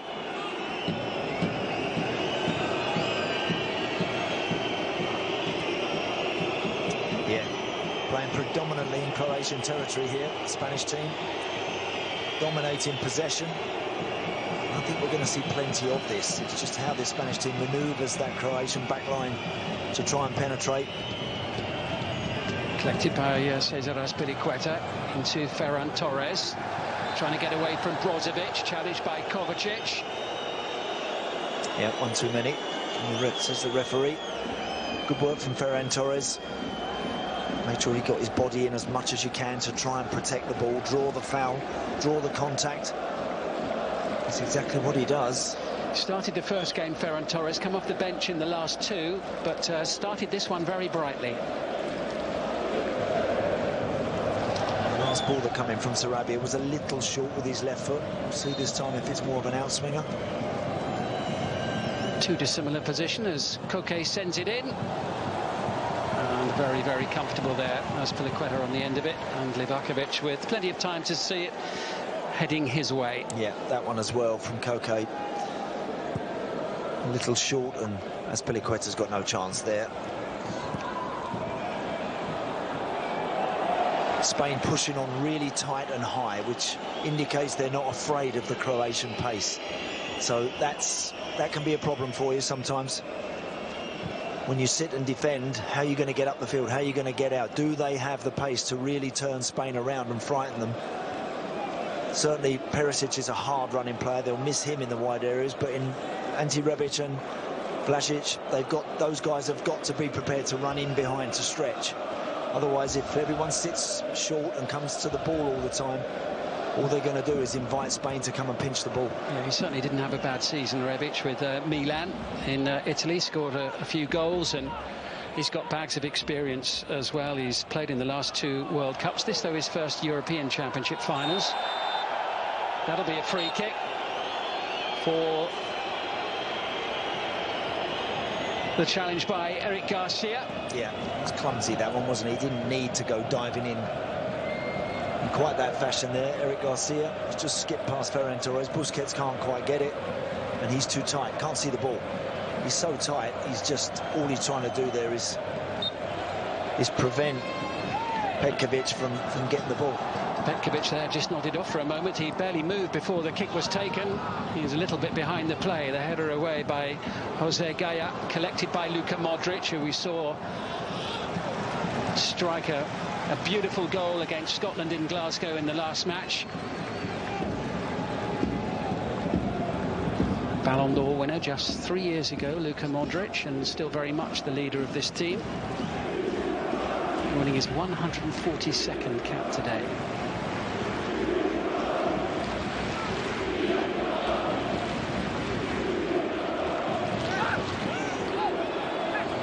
Morata being watched very, very closely there by Guardiola.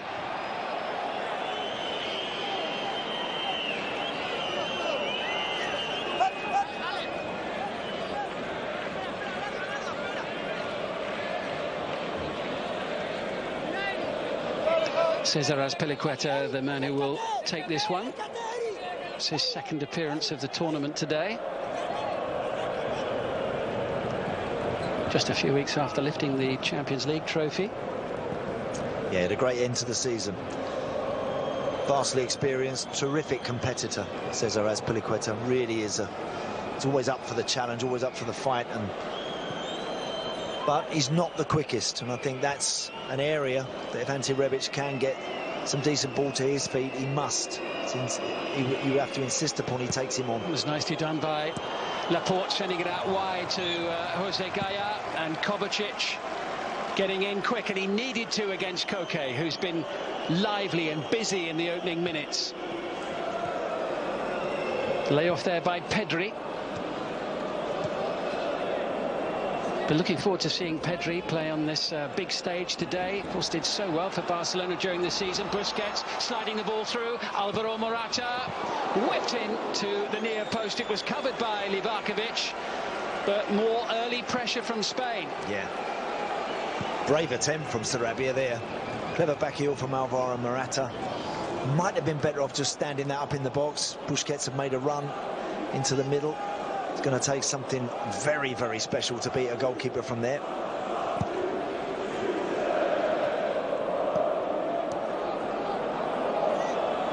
Sergio Busquets. Plenty of space here for Azpilicueta to come galloping forward. Koke.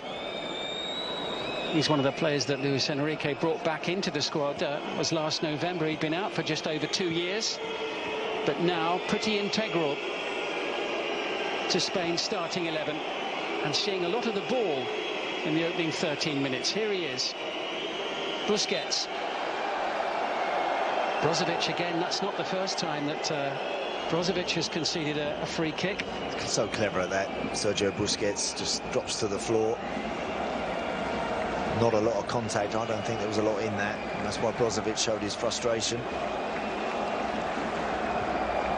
Swing of the leg by Busquets. Headed away by Juranovic.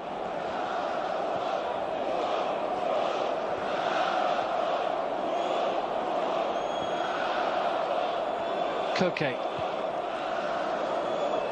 Spain dominating the possession so far. They've had 80% of the play. Yeah. Guardiola sending it forward. He was looking for Modric. We're about 14 minutes into the match, Simon, and Croatia have hardly figured in Spain's half of the field. They've been happy to allow the white shirts to have the ball, keep the ball, play on, get up to the halfway line, and they just believe they want to sit and stay very tight, frustrate, and then at the right time and at the right moment look to counter hard. Kovacic just flicking it forward there, chased hard. Rebic sending it in. It was Nikola Vlasic racing up to the edge of the penalty area.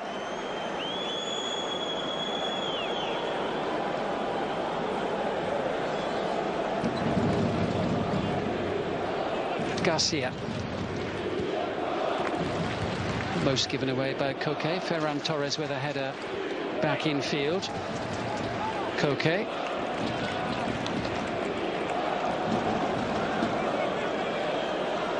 Aymeric Laporte.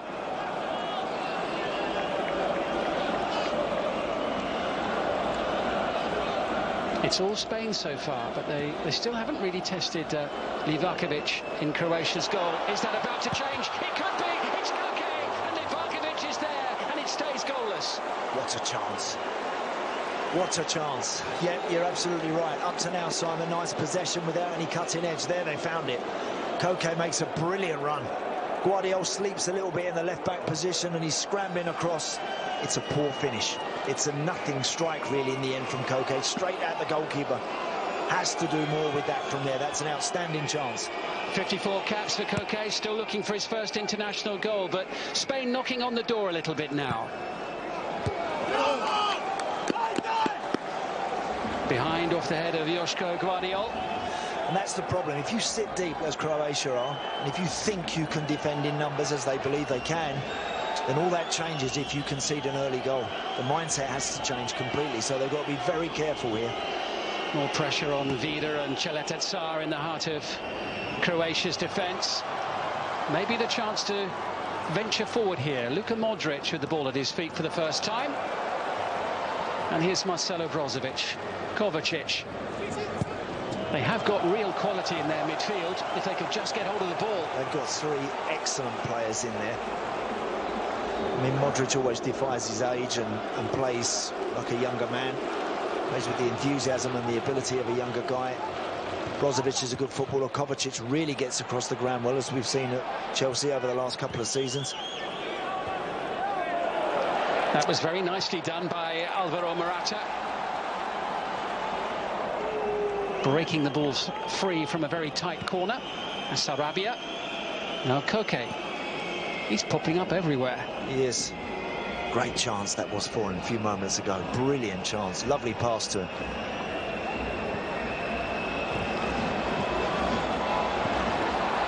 Modric. Rebic. Perhaps slightly fortunate to find the ball still at his feet. Little flick by Petkovic. Brozovic sends it forward. This is Nikola Vlasic.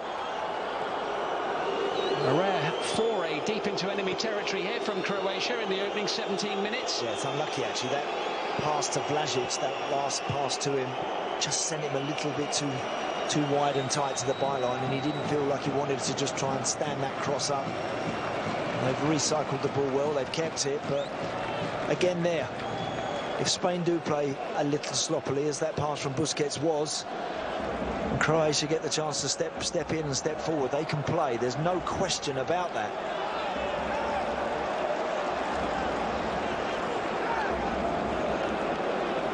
We've seen a couple of nice touches from Morata as well, haven't we? I mean, he's a man under pressure, isn't he?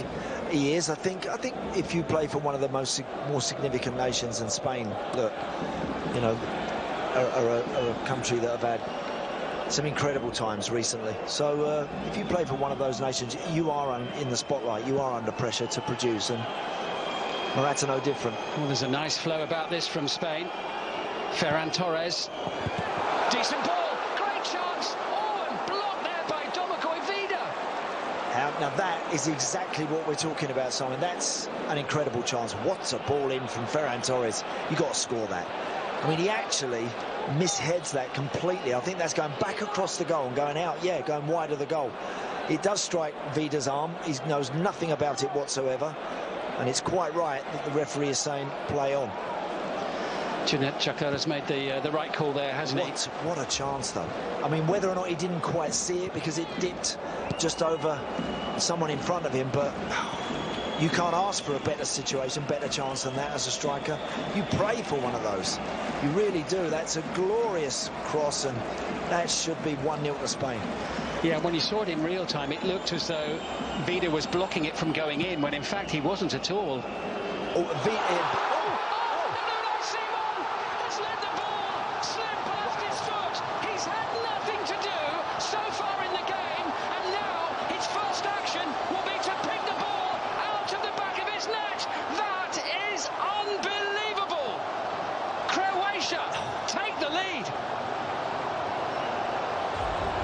My goodness, I cannot believe what I've just seen there. I mean, it's a little heavy, the ball back to him, but for a goalkeeper of Unai Simon's quality, you just control that, and he's just taken his eye. He's almost thinking about what he's going to do with it before he's actually got the ball under control, and before he knows it, it's skipped off the top of his boot and gone in the back of the net.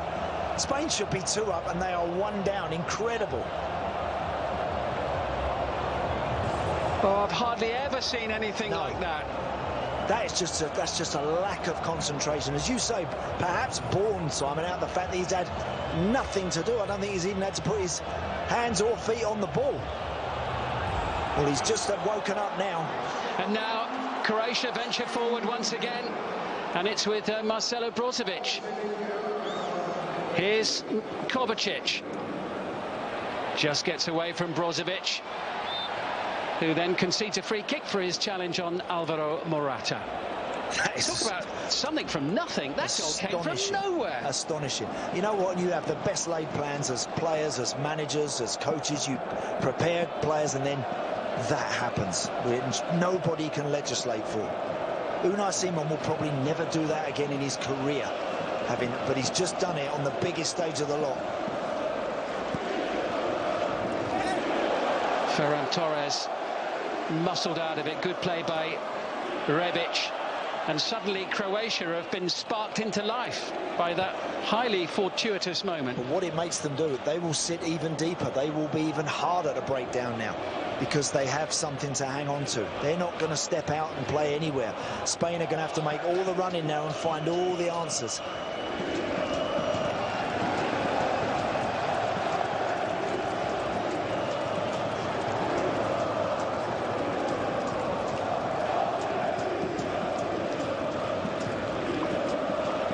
Is that an own goal, Simon? Yeah. It is. It's just come off his foot, didn't it? Yeah, it did, I think, at the last moment. The goalkeeper, I mean. Yeah. So Unai Simon has been accredited with a goal that he certainly doesn't want, and the like of which we never expected to see. What an extraordinary moment. And Croatia haven't even remotely threatened in the game so far.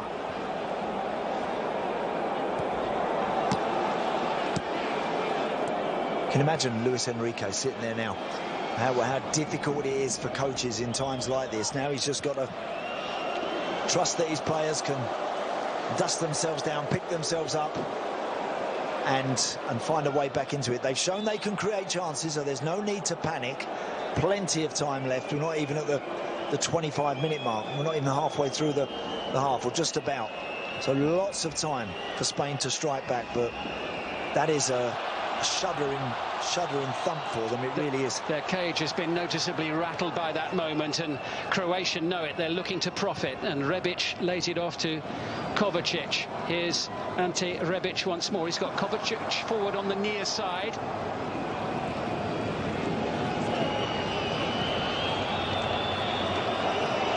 Now Modric. Suddenly there's a confidence flowing through the veins of Croatia's players as Rebic goes down on the edge of the penalty area, just inside it, challenged by Eric Garcia. Handball they were claiming. Eric Garcia was on the floor. It looked like it struck his arm. Whether he was just outside the box, I'm sure there'll be a review on that. They'll be taking a look at it, I'm sure, as we speak.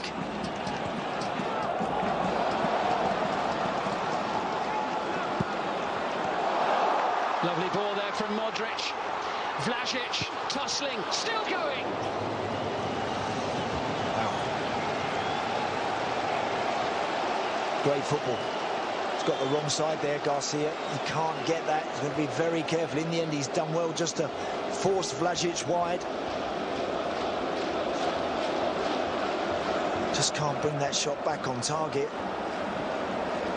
But it's rattled Spain from being dominant, from being on the halfway line, from being good in possession and bossing proceedings. They have conceded something out of nothing, and now they look vulnerable. Well, Zlatko Dalic, the coach of Croatia, was honest enough to say that his team are going to need a little bit of luck if they were to stay in the competition. And what a large slice that was. Incredible. If I'm being honest, the ball back to the goalkeeper, he should do better. Of course, he should handle it easily. It was a little heavy. Laporte sends the ball forward, straight into the arms of Livakovic. And Sarabia unhappy, feeling that he was fouled.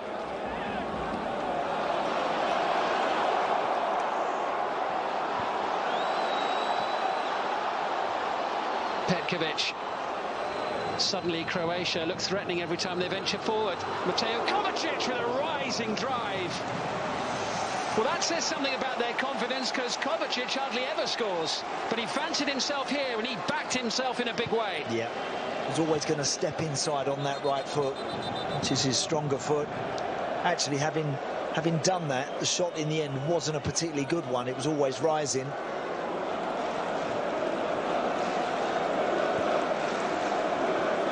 Look at that. It's amazing when you look at the attempts there as well. I mean, it says none on target. Unfortunately, there has been one on target on the Spanish goal, and it's ended up in their net. Ferran Torres will chase. Guardiola comes across. Another good-looking delivery. This time Sarabia on the end of it. Yeah, it's obviously that sort of delivery is meant and aimed for Morata. Sarabia doing what he should do and get on the back post. Just try and keep it off. There's that back pass. Look, it's gone quite way up in the air. Now, there is no excusing what Unai Simon has done there. You know, and there's an old adage, when you're passing back to the goalkeeper, go wide of the goal. Pass it back wide of the posts. So as if he does do that, if he does make a mistake, he don't end up in the back of your net. But that's just incredible. That's just an astonishing goal to concede. Look at that.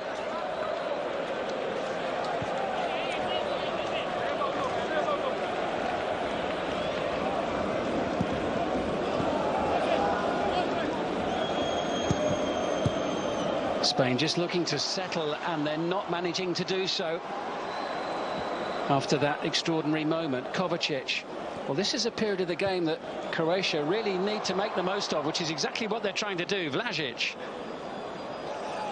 Now Marcelo Brozovic, Rebic on the near side.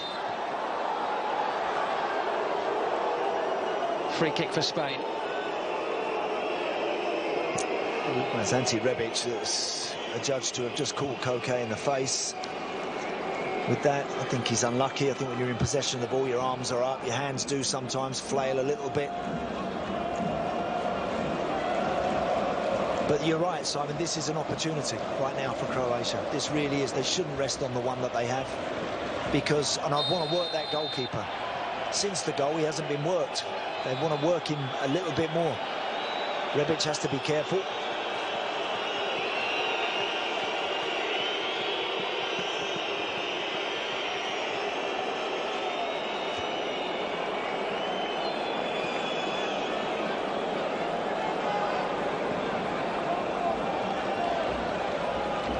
Now Garcia, Eric Garcia.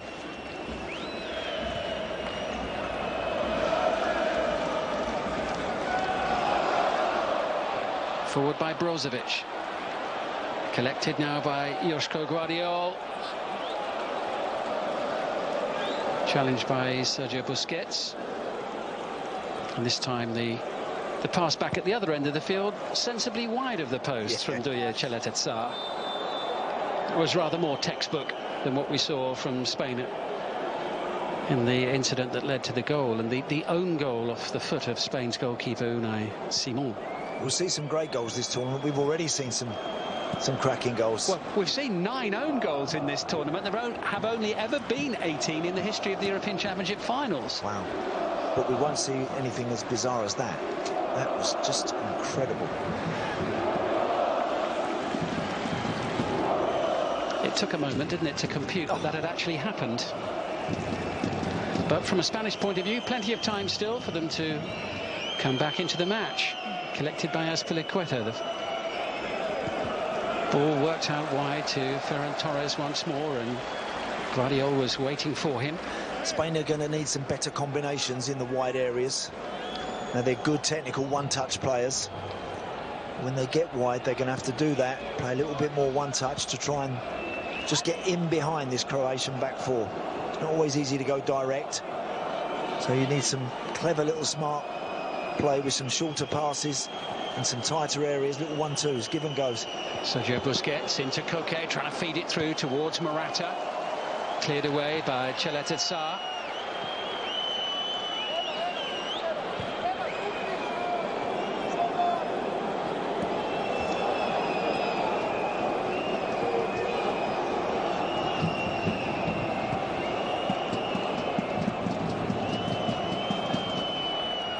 Spain, for all the success that they have had in the modern era, have failed to reach the quarter-finals in each of their last 3 major tournaments.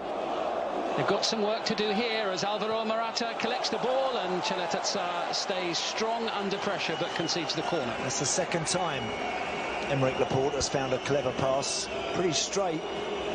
Croatia shouldn't be allowing Morata and co to make those sort of runs and get on the end of them.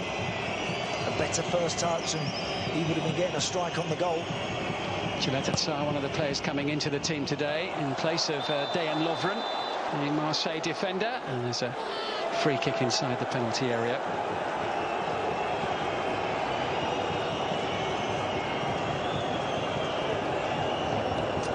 That's Peliqueta it is who clatters into Guardiola, I think, or Petkovic, and just bundles him to the floor.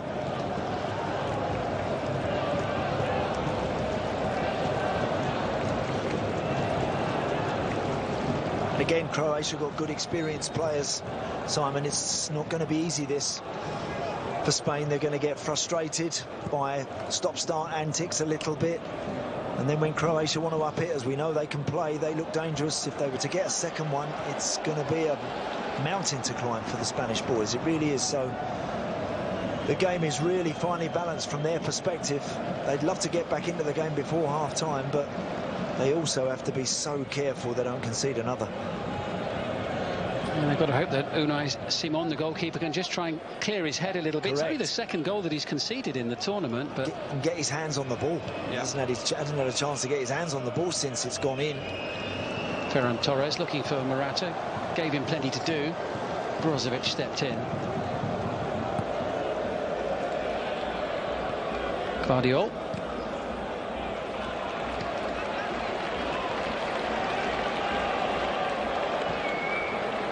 Gets the throw in off Ferran Torres.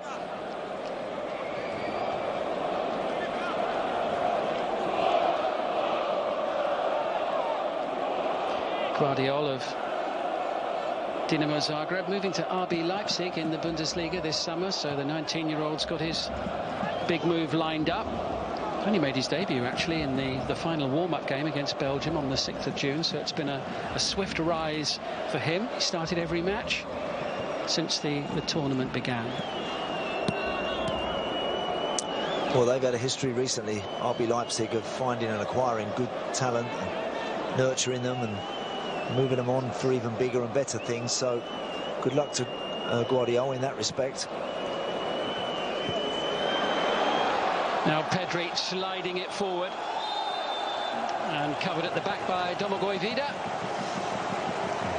No need to foul him there, Sarabia.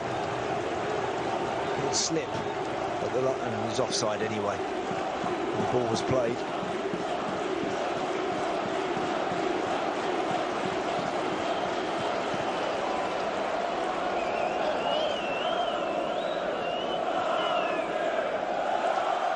Still hasn't been greatly tested in the opening 34 minutes. Dominik Livakovic. There was that one really good chance for Koke early in the match. Outstanding opportunity that really was. It was absolutely perfect for him, and he didn't look like a player that's got goals under his belt, did he, either there? He kind of almost happy to hit the target there, and he hit it straight at the goalie. Sent away by Laporte, but only as far as Guardiola, who's seeing a lot of the ball. Morata looks to get things moving for Spain. Sarabia chasing hard and beaten to it by Josip Juranovic. Plenty of Croatian support inside the stadium as well. Officially 7,000 of the 21.5, but rather more than that. Good work that from Juranovic initially to make sure he mopped things up defensively, and then showed a quick turn of speed, didn't he, to get away from Morata. Modric can't get past Pedri. Two players at opposite ends of their career. Great pass from Luka Modric there under pressure.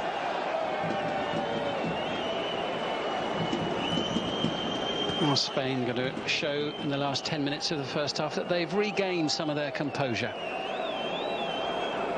following that utterly bizarre goal that they conceded. Garcia Sergio Busquets. Koke. Ferran Torres in space on the near side. And now in possession. Morata waits in the middle. Koke up on the edge of the box as well.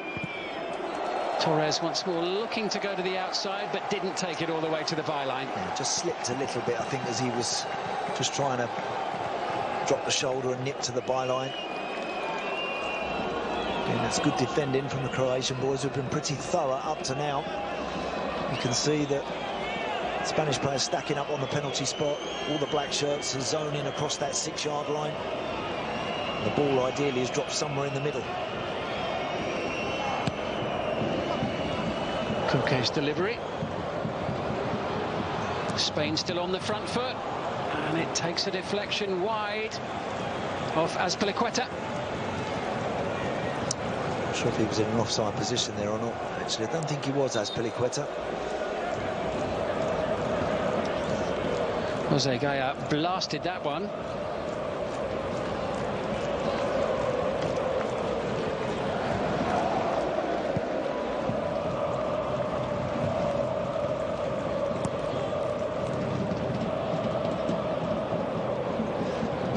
It's amazing. Anyone who's sort of just tuning into the game will see 1-0 Croatia and you're thinking, oh, Modric and Brozovic and Kovacic are controlling the game, and it's been bizarre, really, what we've seen.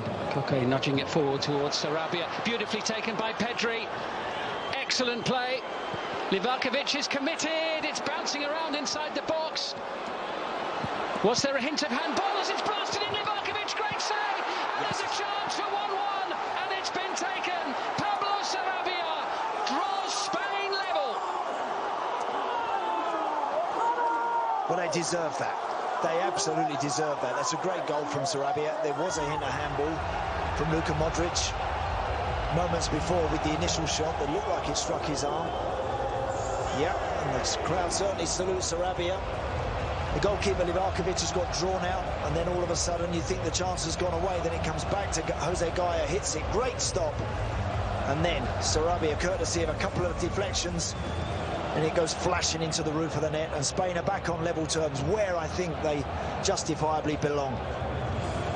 And Sarabia scoring his second goal of Euro 2020, having been on target in the last match, the 5-0 win over Slovakia. Well, he made a great save initially, Livakovic, but ultimately there was nothing he could do. Couldn't do anything about that. And when the half-time whistle goes, the first pat on the back Sarabia will be from his goalkeeper. Thanks, mate. Yeah, he'll be feeling a little bit better about himself now, won't he, Unai Simon? Spain, who still had, but really, he still had nothing to do apart from picking the ball out of the net. And Livakovic clears.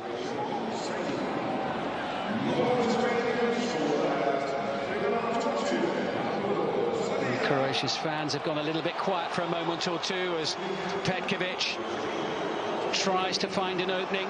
Rebic is there in support. That's poor, that. It's not tidy enough work all round. Petkovic either needs to give it to Ante Rebic quicker or take the shot. And then when eventually it does come to Rebic, it's a poor touch. I think he's in an offside position anyway. There is still debate about the first goal, whether it will go to Unai Simon or whether it would be Pedri. OK. Neither of them want it, Simon, to be honest.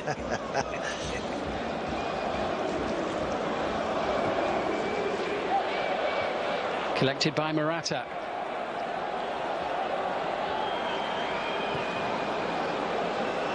Sarabia, inch perfect.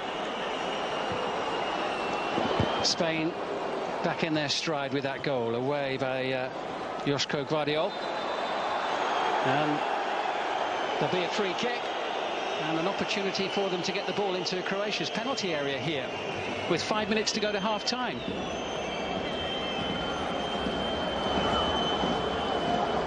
Sarabia sniffing around, supported by Azpilicueta.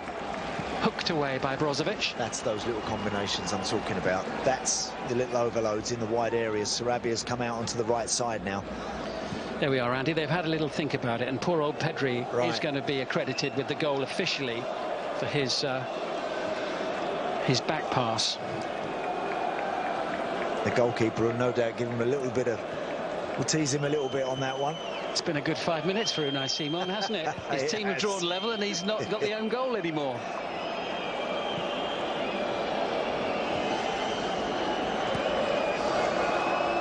Back with Sarabia. This is a good spell for him.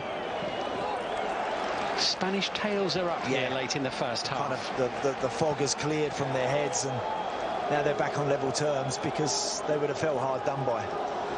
And then as soon as they conceded that goal for 10 minutes, they couldn't think straight. But now, now their focus is back. Well, they've had most of the play. They've had just over 2/3 of the play. Far more of the attacking play. And what efforts there have been on goal as Koke sends it into the edge of the penalty area once again, to the edge of the 6-yard box, I should say.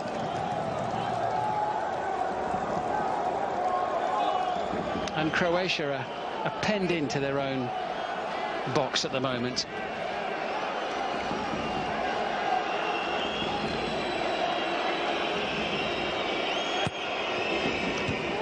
Koke once more, trying to find Morata.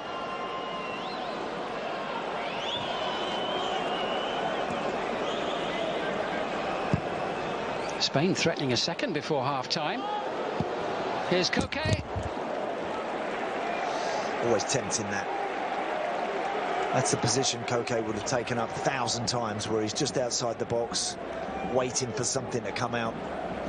And you have two decisions to make. You either keep the ball, go wide again, and try and apply a bit more pressure, or take the shot. And as we're getting close to half-time, he probably thought he'd have a pop. Couldn't hit the target.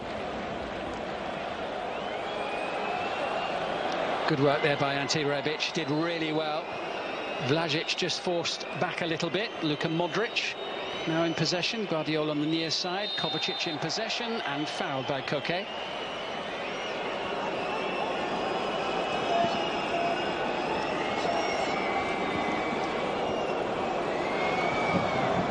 Here's Nikola Vlasic. Rebic through the centre. Petkovic will head towards the far post. It's whipped in towards Rebic, who was nearly on the end of it. What a ball. Great ball in. I thought Rebic looked like he was the right side to get to that ball first, but it was always perhaps maybe a yard or two in front of him, and goalkeeper gets his hands on the ball at last. Sergio Busquets. Castilla.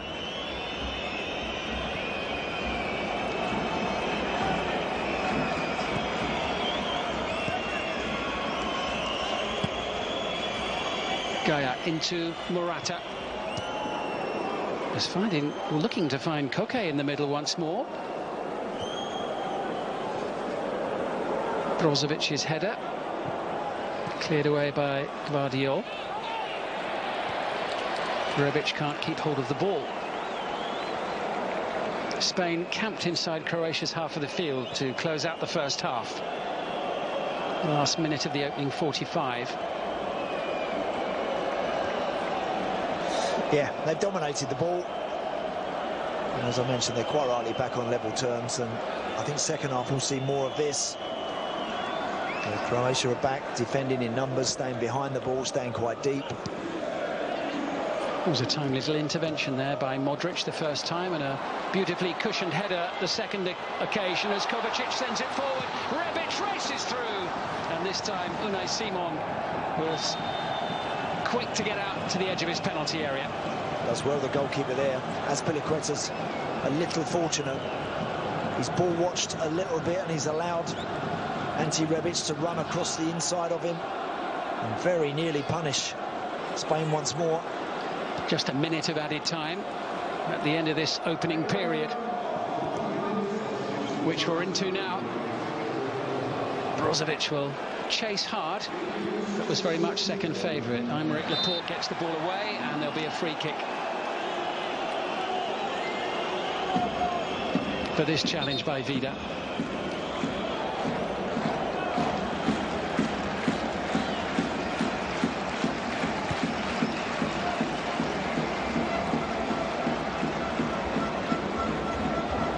Well, we thought it would be a a tight match, and in many respects, certainly in terms of the scoreline, that's exactly what we've got. But so far it's Spain, other than that one horrible moment, who've really made the running, and that's precisely what they're doing here to close out the first half. Morata sending it skyward. Lucky, nice football. Some really nice one-touch play there and link-up combination work. This is the Sarabia goal, where Livakovic does well to make that stop, and then a couple of quick deflections actually off the goalkeeper's head. It flies into the top of the net. Well, that's the goal that brings Spain level at half-time. Pablo Sarabia scoring it in the 38th minute of the match, equalising after an extraordinary opening goal. Pedri with a back pass from near the halfway line, which Unai Simon allowed to slip past his foot. He miscontrolled it, and it ended up in the back of his net. Spain have dominated the play, but were level at half-time in Copenhagen. Croatia 1, Spain 1. Sarabia saving Simon's blushes there, doing his teammate a big, big favour. Was it a lack of concentration, overthinking, underthinking, the fault of Pedri? We have the man in the studio who'll be able to answer all of those questions. David De Gea on the bench. Kepa will also be watching that mistake from Unai Simon, thinking, maybe I could get a piece of the action. All right, we're going to have a look at what we've seen from that astonishing first half after the break.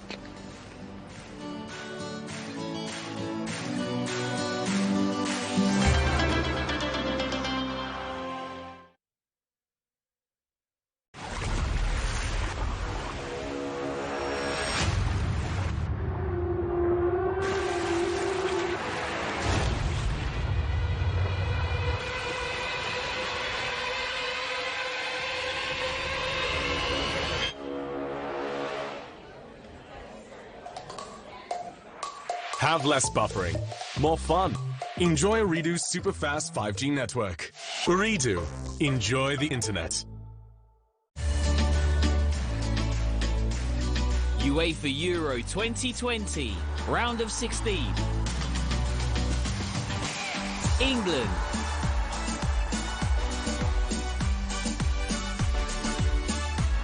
Germany.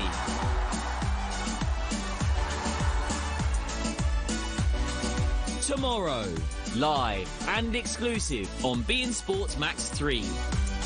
UEFA Euro 2020 on beIN Sports Max channels is brought to you by... The wait is finally over. We're live at Wimbledon and it's looking like a glorious day. Come on, you're missing it! We are at Wimbledon and the grass is looking as immaculate as ever. Just 15 years of age, her very first Wimbledon.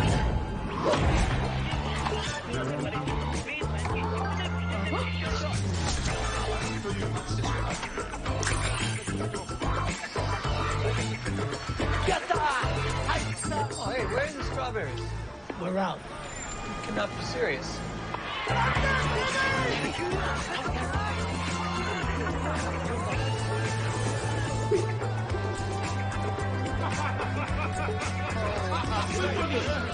With championship points.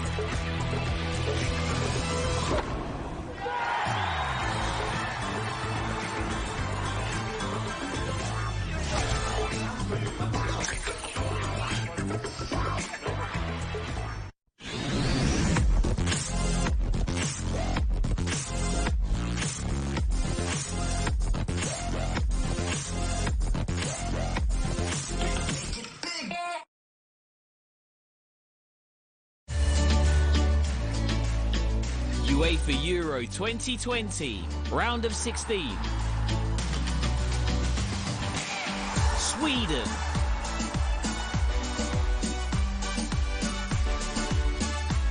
Ukraine.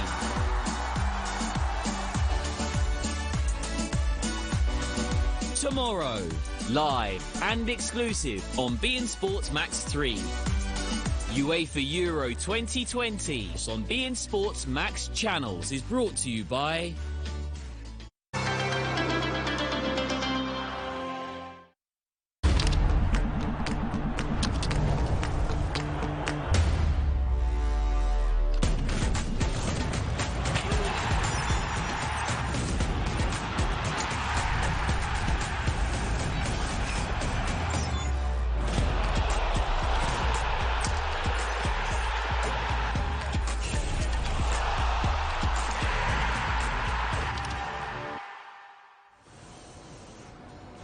The world champions France, who topped Group F, are getting ready to leave their hotel and head to the National Arena in Bucharest, where they will find a Switzerland team ready to cause an upset in this competition. Can they do it? Can they knock out the world champions France? Okay, well, we have had an eye on Spain v Croatia, and there is no other place to start than that goalkeeping howler, which you can relate to. Obviously, Paul, you played Croatia against England in 2008, a very similar situation. You know kind of how that feels. What is it with Croatia? What is it with Croatia? And goals that go over goalkeepers' feet. I mean, it's incredible, isn't it? It's Croatia again. I mean, it's just a really freak incident. The back pass from Pedri, and Simon, he'll have that 10, 15 times a game, and he won't even think about that. In a way, it's different to my one, because I went to kick a ball that wasn't there. It bobbled over my foot.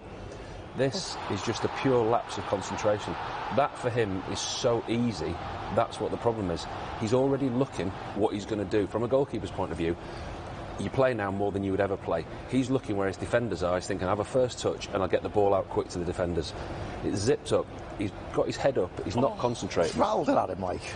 Listen, in his defence, it's not a great ball back to him. Yeah, Pedri I was going to say, Gary Neville's was actually a little bit lighter than that, had a bit of pace on it. Yeah, to be fair to the goalkeeper, Pedri's given him something to deal with, but goalkeepers now should be dealing with that situation. We're talking about being outfield players. That is a howler, and believe me, he's going to hear about that for the rest of his life. As we're still sat here now talking about what happened to me. How do you feel in that moment? At that moment, you think, mine was different because mine hit a bobble on the pitch and it went over my foot, and I genuinely thought at that moment in time there was nothing that I could do. And sat here now, if the same thing happened again, I'd be in the same situation because I went to kick a ball that wasn't there. That's a lapse of concentration. Right. But when I was playing, while I was on the pitch, I was okay because I didn't think I'd made a mistake. And it wasn't until the aftermath, the backlash, the press, the pressure, it affected me mentally and my form for 18 months. Wow. I wasn't the same person or goalkeeper for 18 months. And depending on how the media is in Spain and how the press deal with that situation, and more importantly, probably what will affect his future, is the outcome of this game. Exactly, the outcome. That's what will define that moment for him. If they go, I mean, you can only, I know when Spain scored, the bench went mad, but I'd love to have seen his reaction and really know how he felt with the equalising goal going in, because you don't want to see that. I mean, we've seen Dubravka, didn't we? Funny enough, against Spain, and make a really bad goalkeeping error. Yeah.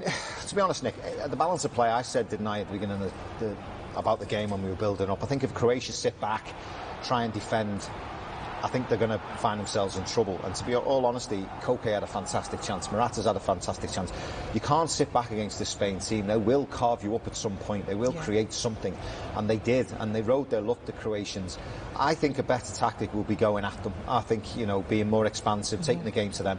I've got to be honest, when Croatia have actually done that and got possession in a good area, they've actually created a few opportunities themselves. They've got in good areas, and you just feel like you want to take the reins off Croatia and just say to them, go and have a go at Spain. Go and have a go at them.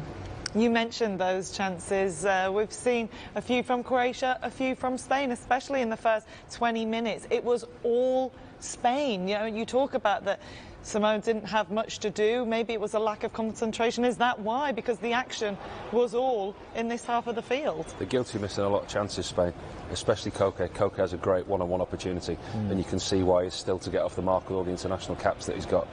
Morata again, brilliant run. He looks, this is it, this is the Koke chance. He should do better with that. I mean, he's one-on-one with the goalkeeper. You can see why he hasn't scored for so long. But Morata looks shy, he looks quiet, he looks disgruntled. He's had a couple of chances which you think other strikers would have taken. He's got to hit the target here. I mean, he gets in a good position in between the full-back and the... That's inexcusable, Jason, isn't it? It's a great... he's took up a great position, but his execution is just a man... He's not headed it at the goal. It's actually going wide. Yeah. I mean, you said it before, his body language, is kind of... his approach to the game is what's letting him down. That's what happens when you're not in that form, when you don't believe you're going to score. And he's got to start believing in himself, otherwise, you know, he's going to come in for some more heavy criticism. Oh, well, it is 1-1 as we head into the second half. If this goes to penalties, well, Spain are in trouble because they have missed their last 5. It's Croatia, Spain. Second half coming up. Don't go anywhere. This is fascinating.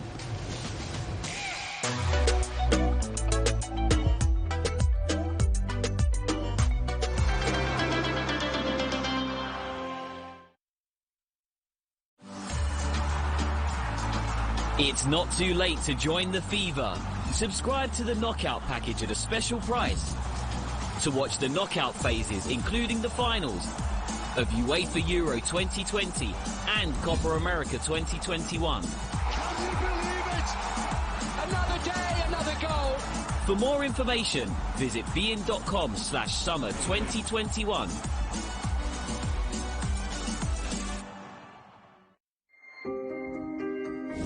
Everything has come down to this moment. What an occasion and what an opportunity. A dream has come true.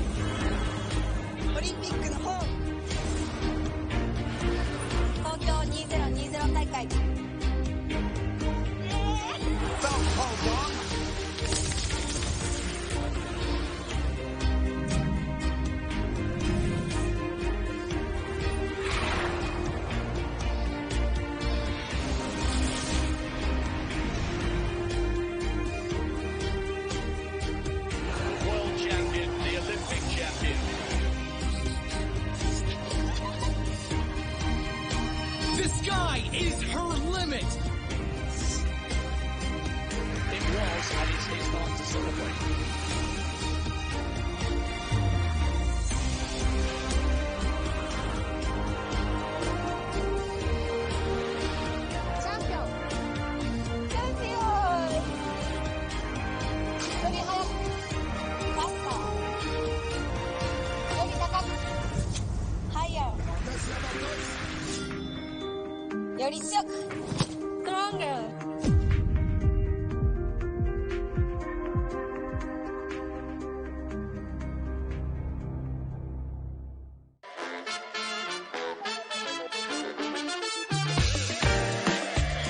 Copa America 2021 Group Stage.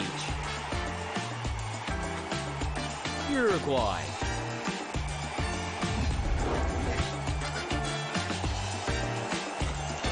Paraguay. Tomorrow, live and exclusive on beIN Sports Max 6. It's smoking!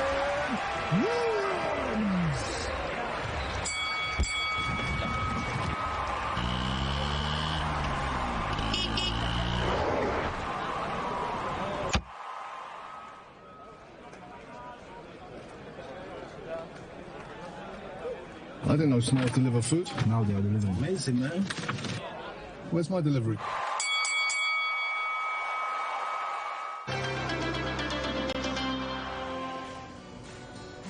It is not too late to join the fever. Subscribe to the knockout package for a special price to watch the knockout phase, including the final of the UEFA Euro 2020 and Copa America 2021. For more information, visit bein.com/summer 2021. Wimbledon is underway. Djokovic is through after losing the first set against an unseeded player. TFO also beat Tsitsipas. It's now the women's turn. Let's hear from Marcel Desailly, who's been speaking in our Arabic studio about Spain-Croatia. Look, I play football for 20 years, and the assistant coach and the coach himself have been telling me, when you give a pass to your goalkeeper backwards, you don't give it into the, the length of the goal. Do you understand? But we're in the modern days now. Goalkeepers have different capability with the feet, and you can never expect the goalkeeper to make that sort of mistake. So it's a combination of two mistakes and bad luck, I would say, for Spain. So what is good is that they've reacted very well. They had like 5 minutes a bit difficult, 10 minutes difficult towards the Croatian, who was quite confident, but they managed to react well. Don't put it in the length of the goal point. And what a mistake from the goalkeeper. What a mistake. We're in the modern days. This should not happen. Marcel having his say there, so it's Pedri's fault. All right, well, he will remain in our Arabic studio for France v Switzerland. We will have Peter Schmeichel and Ruud Gullit joining Richard Keys and Andy Gray as the world champions France head to the National Arena in Bucharest to take on Switzerland. What do we make of Marcel's comments there on Unai Simone's freak I goal? just wonder if Marcel would have given a back pass like that to his goalkeeper and he'd have let it in, whether it had been so friendly by saying it was a bad back pass. He's 18-year-old Pedri. He's learning. I don't think you can say because keepers have evolved and now they're really good with their feet that you should pass back between the sticks. It's kind of schoolboy stuff, isn't it? You don't do it. What do the teammates say to someone in that half? What did Gary Neville say to you? Nothing. Nothing at all. It's difficult when somebody's had an error like that in a game. You have to know the person very well and you have to be close to that person. One of your mates in the dressing room might come and give you a whack on the back and say, get your head up, come on, get on with it type thing. If you don't know the character very well, some people won't respond to that. Some people just want to be left on their own to deal with it. Petkovic on, off, Kramovic on for Croatia. Where do they go from here, the Croatians? Well, it's in the balance, isn't it? I mean, they're still in it. I think if they sit back and ask for, give up more possession, then they're going to get punished. It's a big half for both sides. It's a big half for Unai Simon. Extra time and penalties if this one stays how it is. Let's join our commentary team, Andy Townsend and Simon Brotherton. They didn't look like they were getting enough, and enough was happening for them up front. They needed to make a change. They've done that. It's been quite swift. Spain looking to pick up where they left off very quickly onto the front foot at the start of the second half.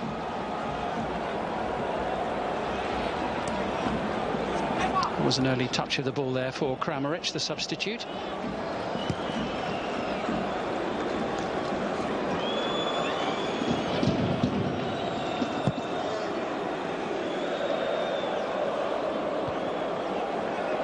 And one in the air by Eric Garcia for Spain. A bit loose in midfield from Koke for once, enabling Josip Juranovic to send it forward. Well, you just knew that there would be ironic cheers.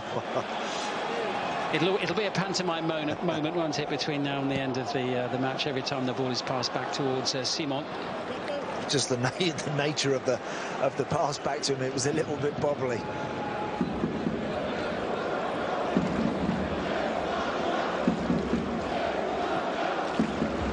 Test of the 24-year-old Spanish goalkeeper. Only made his debut for them last November against the Netherlands in a friendly, but he started all but one since then, very quickly establishing himself as the first choice ahead of David De Gea. Challenge on Alvaro Morata, right in front of referee Junet Shakir.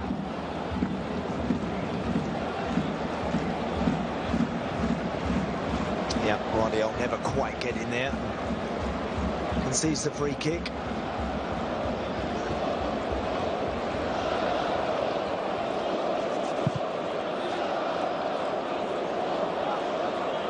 Same two players standing either side of the ball, Koke and Sarabia.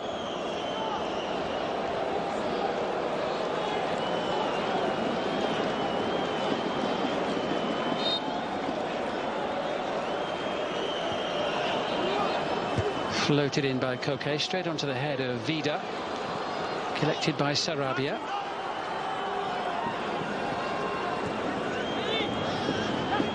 Pedri.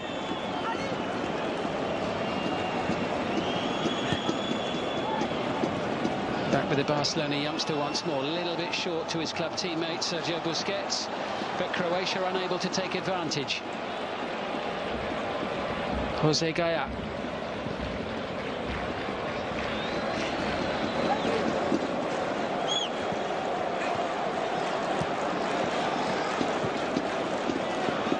Good running by Koke, who's been full of beans in this round of 16 match so far. He's got to try and find a way past Mateo Kovacic. Pedri turns away from Brozovic brilliantly and finds Gaya. Spain started the second half very positively indeed. It's almost a continuation of much of the first half passed, and the control just wasn't quite good enough there from Vlasic. No opportunity to counter very quickly. Certainly the first 20-30 yards, Vlasic nice and positive, and then poor touch, overruns it. Laporte is there to mop that up. I think Luis Enrique will be pleased again with the way that it's his team that are setting the tone. Yeah, very much so.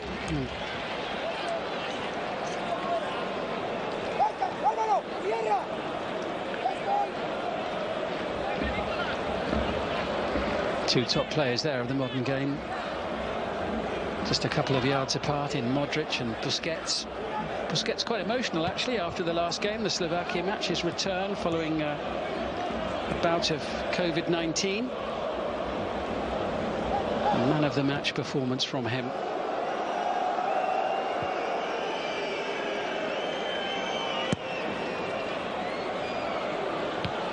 Laporte only as far as Chaletat-Sar, and Pedri trying to just flick it over the back line. Vida blocking off the forward running Koke for a moment there. I mean, Koke's not quick enough really to get on the end of anything like that. He's always making those runs. Sometimes you make a run like that hoping that somebody else might have a little bit more space.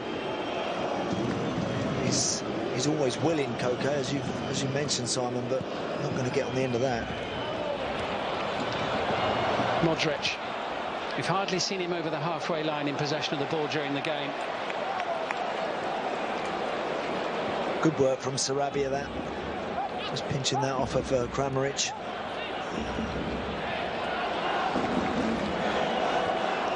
Garcia. Aspilicueta.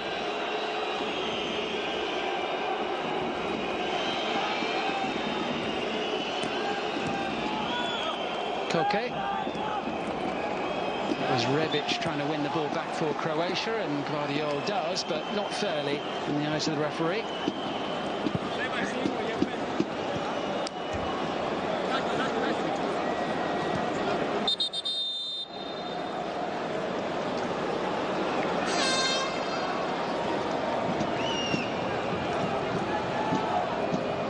Luis Enrique, who decided he was only going to go with 24 players in Spain's squad, not the 26 that he was allowed, and as has been mentioned before during the tournament, none of them from Real Madrid. Incredible.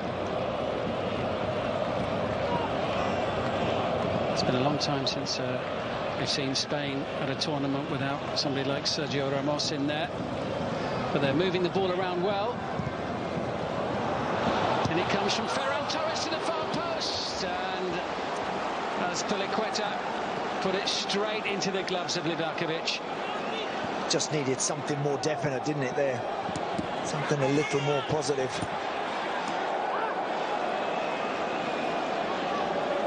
Guardiola finding Brozovic, looking to switch the play and find Juranovic. A rare opportunity for him to gallop forward. Juranovic unable to pick out Vlasic. Yeah, they kind of both made the same run there. Right idea. Just try and drift inside there, Vlasic, and play that cute little reverse pass, but just overhit it. Aymeric Laporte for Spain. Here's Morata. Aspilicueta dispossessed pretty easily, and again it was just too far in front of Andrej Kramaric.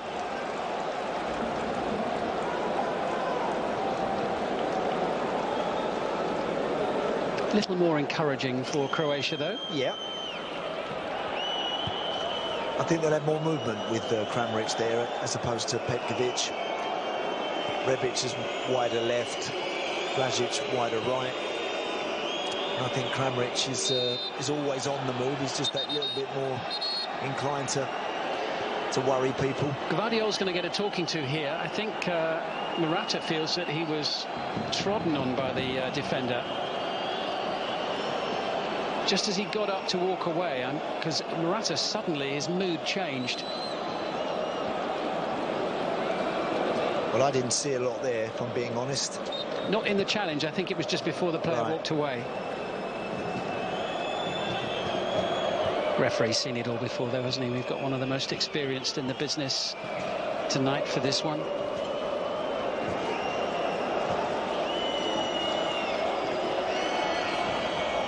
This is Eric Garcia. Coque away to Cesar Azpilicueta, looking for Morata. That was Chaleta Tsar diving in on Spain's number 7. And we've got an issue with the ball. Yeah. Which I think Spain were a bit annoyed that the referee stopped the play there. They were in a good position. There was a really good position potentially there. Ferran Torres to get that ball out of his feet in front of him and start running at people.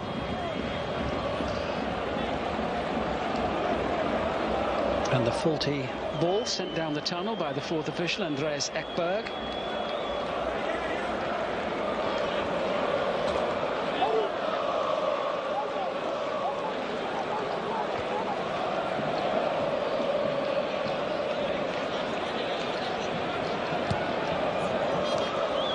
And the momentum completely gone from that move for Spain, but at least, of course, they do still have possession as Busquets looks for Pedri. And now they can put a little bit of pressure on. Ferran Torres back in, Pedri beyond the far post, Sarabia in, and Chaleta Tsar away. Again, Sarabia getting in at the back post. That was a little better attempt, although I still think he could have done a wee bit more even with that one to make sure that gets across the 6-yard box. It's a nice switch from Pedri. Still finely balanced, 10 minutes into the second half.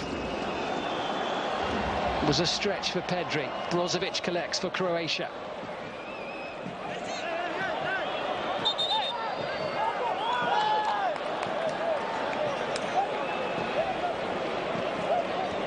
Throw in on the halfway line.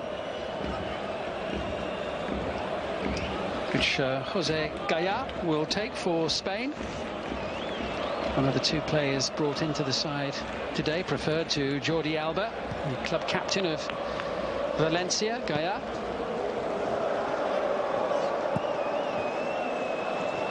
Well, they've given him a few touches with his feet, haven't they, in the second half, the goalkeeper? Yeah, he's settled down, thankfully.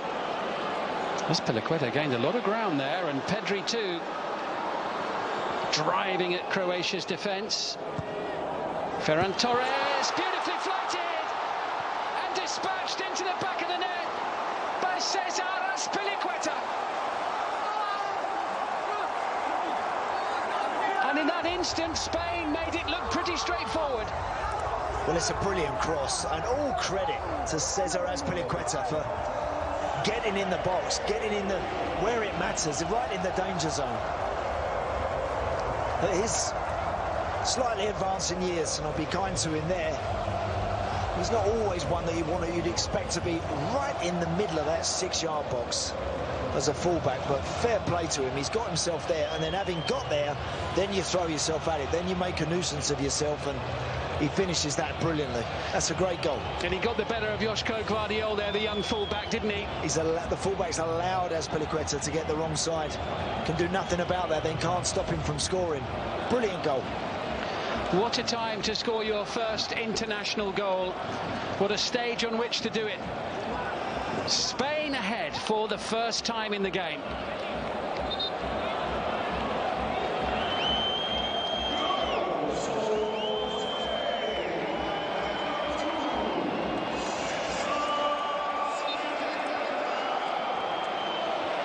Well, he doesn't score very many goals, says Azpilicueta, but that was a really good one and a vitally important one for Spain as they push to get into the quarter-finals.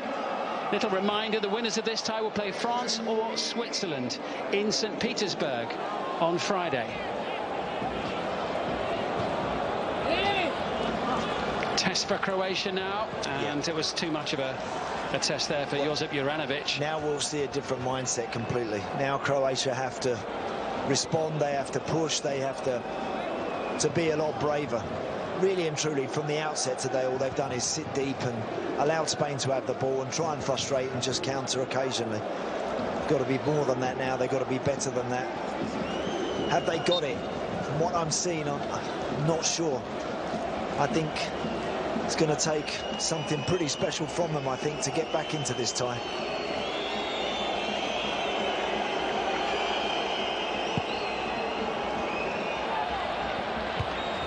Unai Simon away. Lovely header down from Alvaro Morata. Interception by Brozovic. Some of the passing a little bit loose at times. Kovacic. You can see already an urgency about Croatia's play, which there needs to be to a degree. They've got just over half an hour in which to get back into this knockout tie. Nikola Vlasic is looking for Andrej Kramaric, muscled out of it. Pedri, who's come into the game more and more, and it didn't put quite so much on that back pass.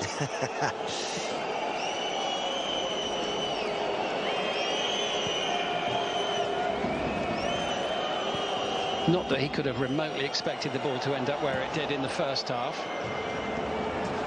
That was Koke that time. Well, there's the man who scored the goal. It was a great header, and what a pinpoint cross as well. Brilliant cross from Ferran Torres. Beautiful cross. It looks a simple game, doesn't it, when it's played like that? Yeah. You know, sometimes when players have got time, they don't always produce. The beauty with the goal was that he did have time, Ferran Torres. He had just the composure to pick somebody out in the danger zone.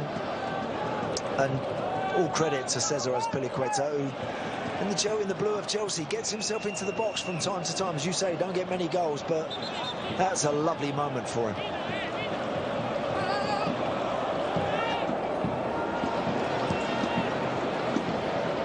Well, the third Euro in a row that these two nations have played each other. A win apiece before today. Spain edging the quarter-final in Gdansk in Poland in 2012. Late goal in that one, and then Croatia edging a group game with a late goal 2-1 in France 5 years ago. That's Domagoj Vida on the ground after that collision with Sergio Busquets. Sorry, Gvardiol.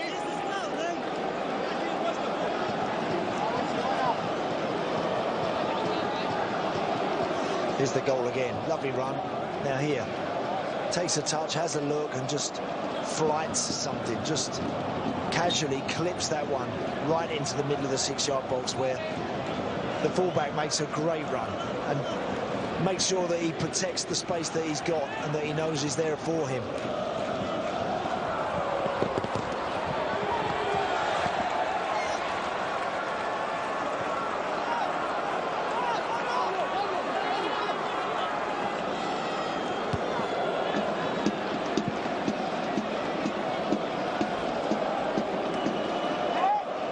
What have Croatia got in their locker? What can they come up with?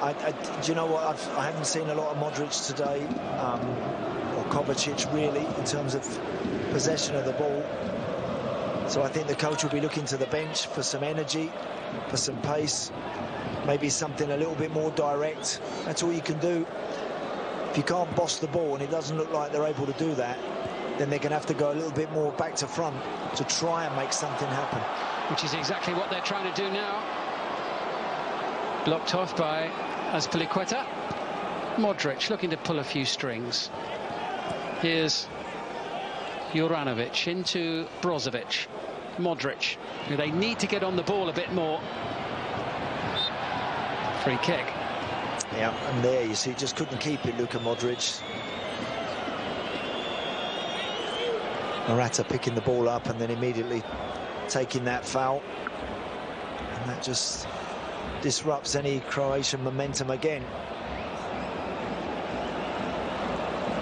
You know, when you think down the years they've had a Mandzukic, they've had someone like that that they can bring on. And I'll tell you who they'd love to bring on if they could, who's actually in the stadium, Dadel Shuker. Right, there you go. They've had players like him. But forward by Azpilicueta, straight onto the head of Gvardiol. It was a nice touch from Kovacic. Looking for a little moment of quality, a little something extra, a bit of extra guile to try and prise open Spain. Bring themselves level, and Kramaric will chase. And he'll know if he looks to his right that the flag was about to be raised. Goalkeeper smartly off his line anyway, to make sure he gets there first. Aymeric Laporte. Into Morata.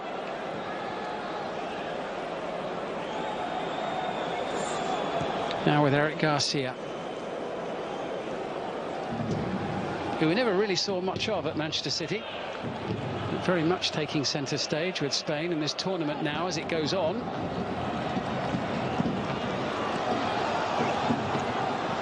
Sarabia, Morata waits in the middle. It's in towards Morata. It's headed away by Vida. Guardiola's clearance. And nothing that Kramaric was about to get on the end of. It's a poor ball that from Rebic. He's giving it away too many times. Again, as I say, they can't seem to keep it for more than just a few passes, Croatia, before it's back in the hands of the white shirts. So they need to come up with something different. And I can only think of going a bit more direct, bringing another forward-thinking player on. Maybe take one of those midfield boys off. You need three in there all trying to keep the ball. Maybe one of those boys can come out of the picture and you've got something a little bit more direct to aim at. Laporte into Morata. Holding off Chaleta Tsar. Pedri picking out Ferran Torres initially on the near side. Back with Laporte. This is Garcia, 25 minutes to go. Still just the one goal in it. Croatia far from finished, though huffing and puffing a bit, struggling to create. Rebic of Milan into Brozovic. Thumped away by Garcia.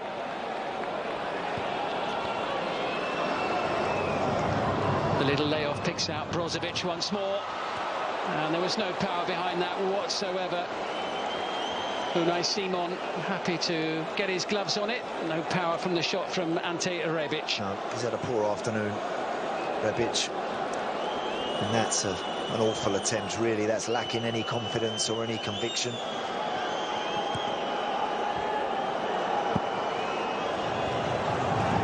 Not quite sure what Aymeric Laporte had in mind there, but I guess it wasn't that. Spain just about getting the ball away. Don't need to go back. There's one pass too many there. We're going to have changes now, and Orsic is going to come on to replace Ante Rebic. So it's Mislav Orsic of Dinamo Zagreb. He was the player who scored a hat-trick in the Europa League to knock Tottenham out of the competition in the last 16. This is his first appearance of the tournament.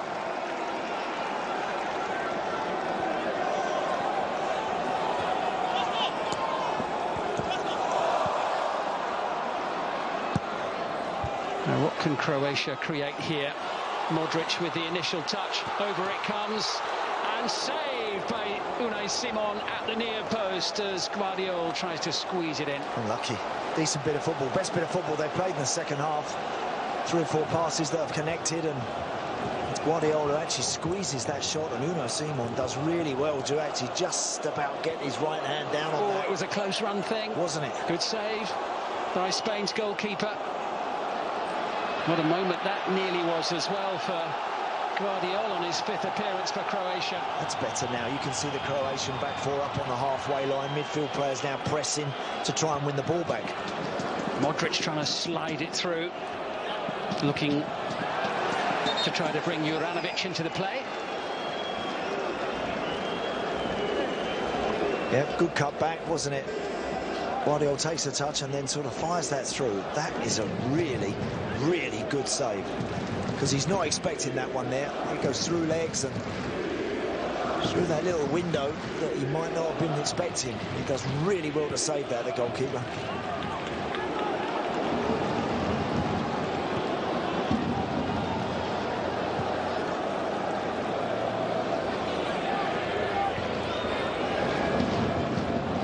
Chaleta Tsar,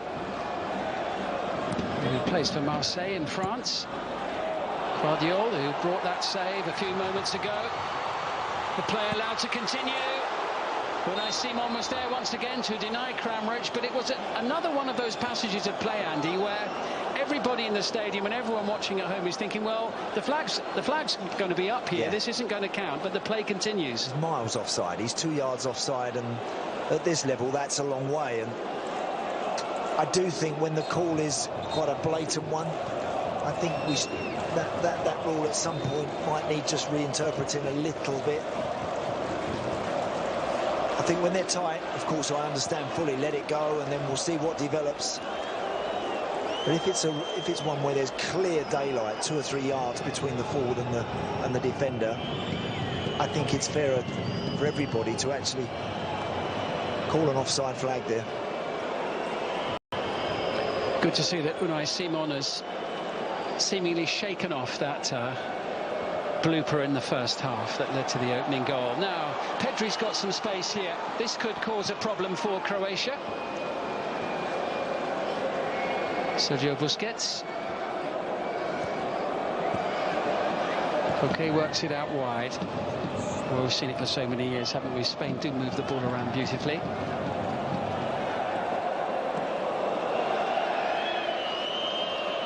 Laporte. Morata.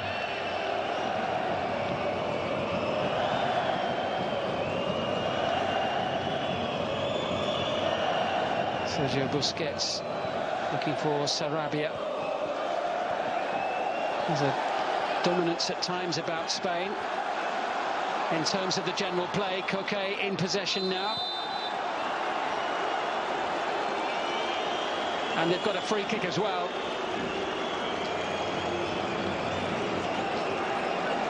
Yeah, Brozovic it is who's chipping away eventually. Foul given. Double change coming for Spain. And it is Pablo Sarabia who will make way. He scored the equalising goal late in the first half. Another good day for him. 2 goals in the last 2 games. And Dani Olmo will come on to replace him. Dani Olmo, who used to play in Croatia for a sizable chunk of his career so far, until January of last year. In fact, he was with Dinamo Zagreb.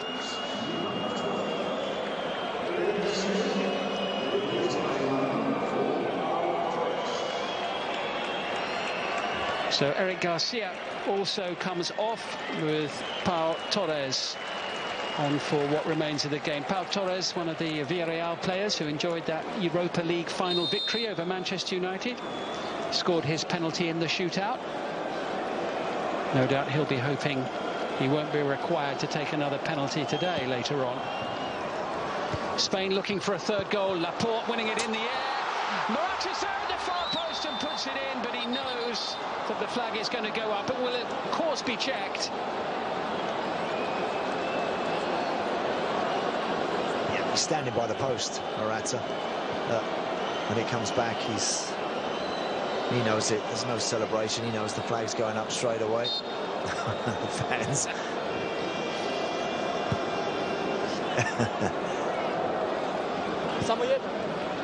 The fans stayed with it, the wishful thinking, for a bit longer than Luis Enrique, just on the off chance, but it was pretty obvious, wasn't it? This is a good run here by Marcelo Brozovic. Still just a 1-goal game between these two. Croatia still with plenty to play for. Referee's going to give a free kick here to Spain. And there'll be a yellow card for Brozovic for speaking out of turn. Yeah, Orsic it was who was just trying to make something, having just run it into a little cul-de-sac and into traffic. Brozovic felt sure there was a hand there. If they, by the way, if they do go through to the quarter-final, Brozovic won't be able to play in it. It does hit his hand. It's Azpilicueta actually who just knocks it onto his hand.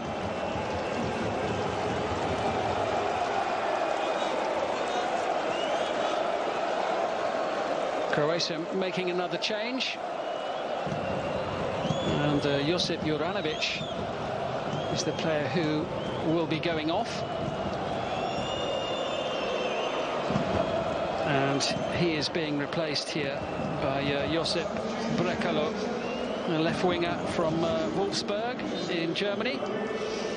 He'll be looking to continue fine end-of-season form that saw him score a hat-trick against Union Berlin in May, at the back end of the Bundesliga season.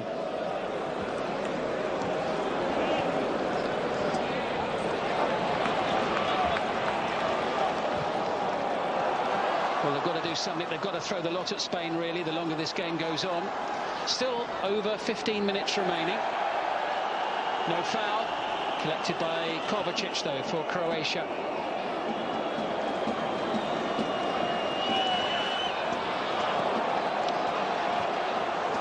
Kramaric works it wide. Orsic waits in the centre. Hooked away by Pau Torres. Good touch, Morata.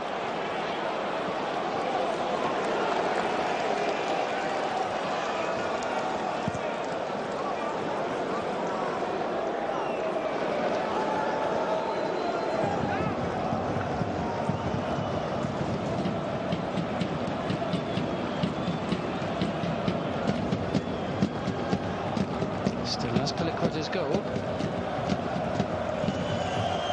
It gives Spain 1 foot into the last 8. Jose Gaya is on the ground in the left full-back position as the game continues. But with no one taking any notice of him, he picks himself back up, and almost an awkward moment there for Dominik Livakovic. Yeah, lively back pass from Chaleta Sarr. Pedri. It seemed a rather unnecessary foul. Yeah. Full stop, but particularly in that area of the field. Yep, Ricardo there. There's that back pass to Livakovic. Something about that end of the pitch. It's tricky, that penalty area, isn't it?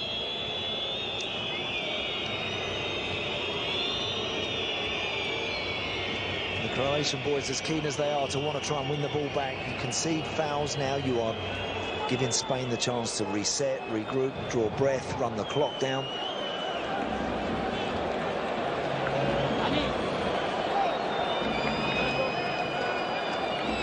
So Gaya back to his feet, but one wonders whether he'll be able to continue in the match. Of course, Jordi Alba is the player he replaced for this game. Luis Enrique taking the opportunity to impart a few thoughts, a quick timeout.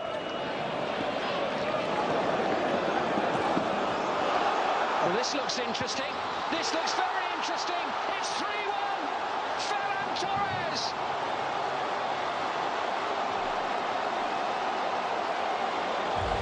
That could be enough to put Spain through to the quarter-final. Great goal, great finish. They almost didn't look ready for that free kick, Croatia, there.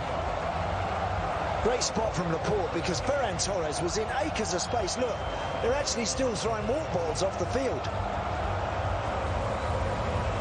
I'm wondering if this is going to stand, this goal, Simon, because clearly there were Croatian players out of position taking a drink.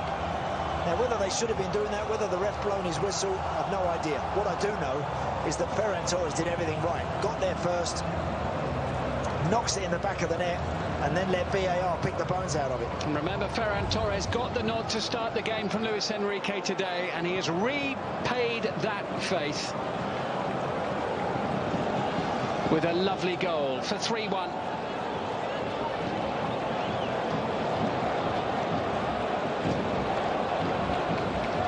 And there is going to be a change for Spain. Looks like Fabian Ruiz is about to come on. Jordi Alba is on for Jose Gaya.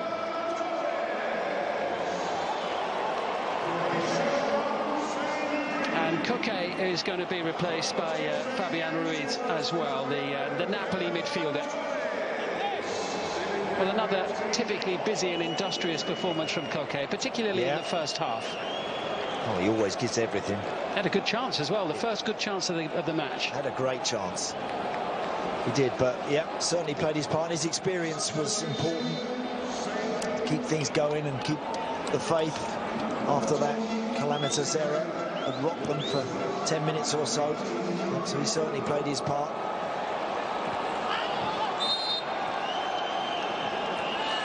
It just looked like, I think it was Guardiola who was on the far side, Simon, who appeared to be, whether one of his teammates had thrown him a water bottle or he'd gone and got one himself. He was out of position, miles out of position. Changes coming thick and fast. Now, Ante Budimir, centre forward who plays in, well, he was actually, he's been in Spain with Osasuna. Scored 11 goals in La Liga, including home and away against the champions Atletico Madrid. Nikola Vlasic makes way. And Mario Pasalic is on to replace him. Some more fresh legs sent on by Dalic for the closing minutes of the game.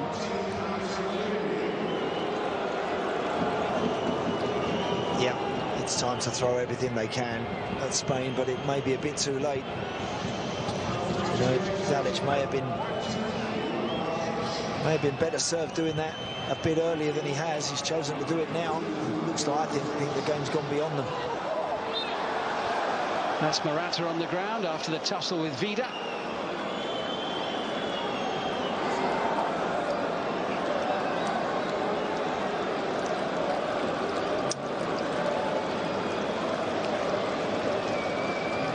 Well, it wasn't the strongest of connections, was it? No. Between Vida and Morata.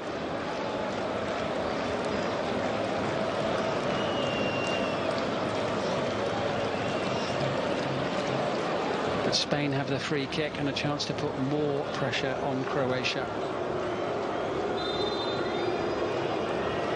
Going into the final 10 minutes of the game. Fabian Ruiz sends it over. Back out with Jordi Alba.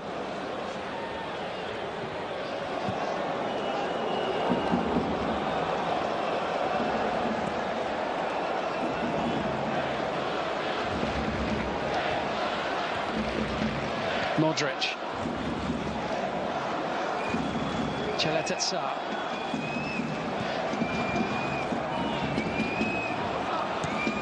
That was up towards the substitute, Ante Budimir. But back at the feet of Spain's third goal scorer, Ferran Torres. Good goal. Carry on. Yeah, put it away well, didn't he? Put it away very well.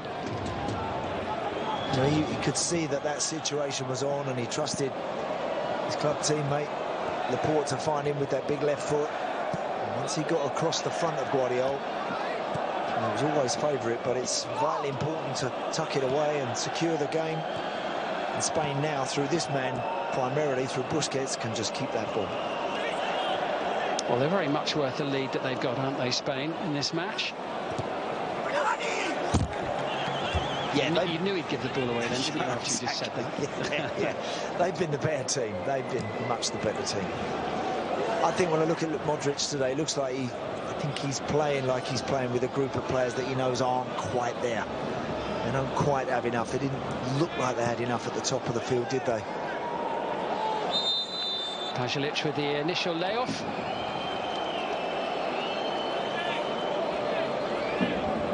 Perisic is a big loss to them today, Simon. You know, huge loss to them, because he's great work rate, but as he's shown in the tournament already, he can finish. He scored a couple of goals, hasn't he? Yes, he can finish. And that's what they've looked short of to me from the start of the game. You know, Vlasic had lots of energy. Petkovic, as I said, didn't do enough, and Rebic had a poor day. So they always looked like they were going to be struggling. They were gifted a goal to start with. Just haven't really looked like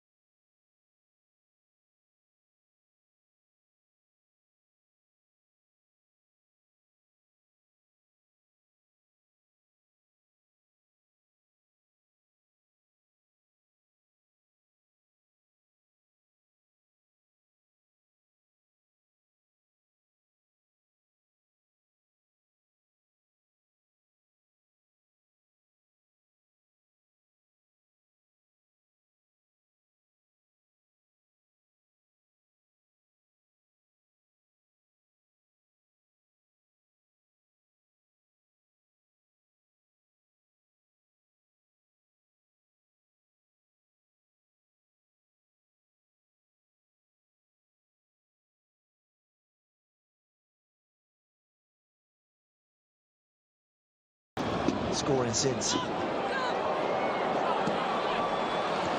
But they're on the move now with Kramaric. Budimir just ahead of him. Referee in a great spot to see those legs tangling. And it will be Spain's ball. More frustration for Croatia just as they were heading towards the opposition end of the field.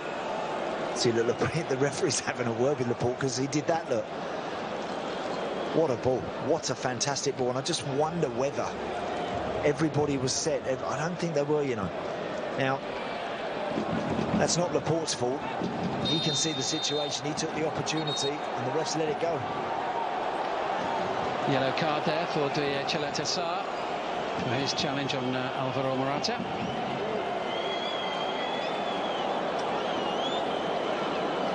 He was already on a yellow, so would miss the quarter-final if somehow they can claw their way back in the closing minutes.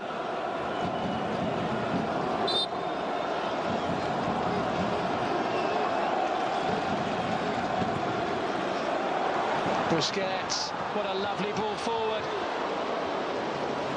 Plucked from the air by Livakovic to deny Dani Olmo. Yeah, and Dani Olmo there, that's a nothing sort of finish, really. Could have crossed that, Morata was waiting for it. Did look like it might be number 4 there for a moment. Yeah, it did. Yeah, it did.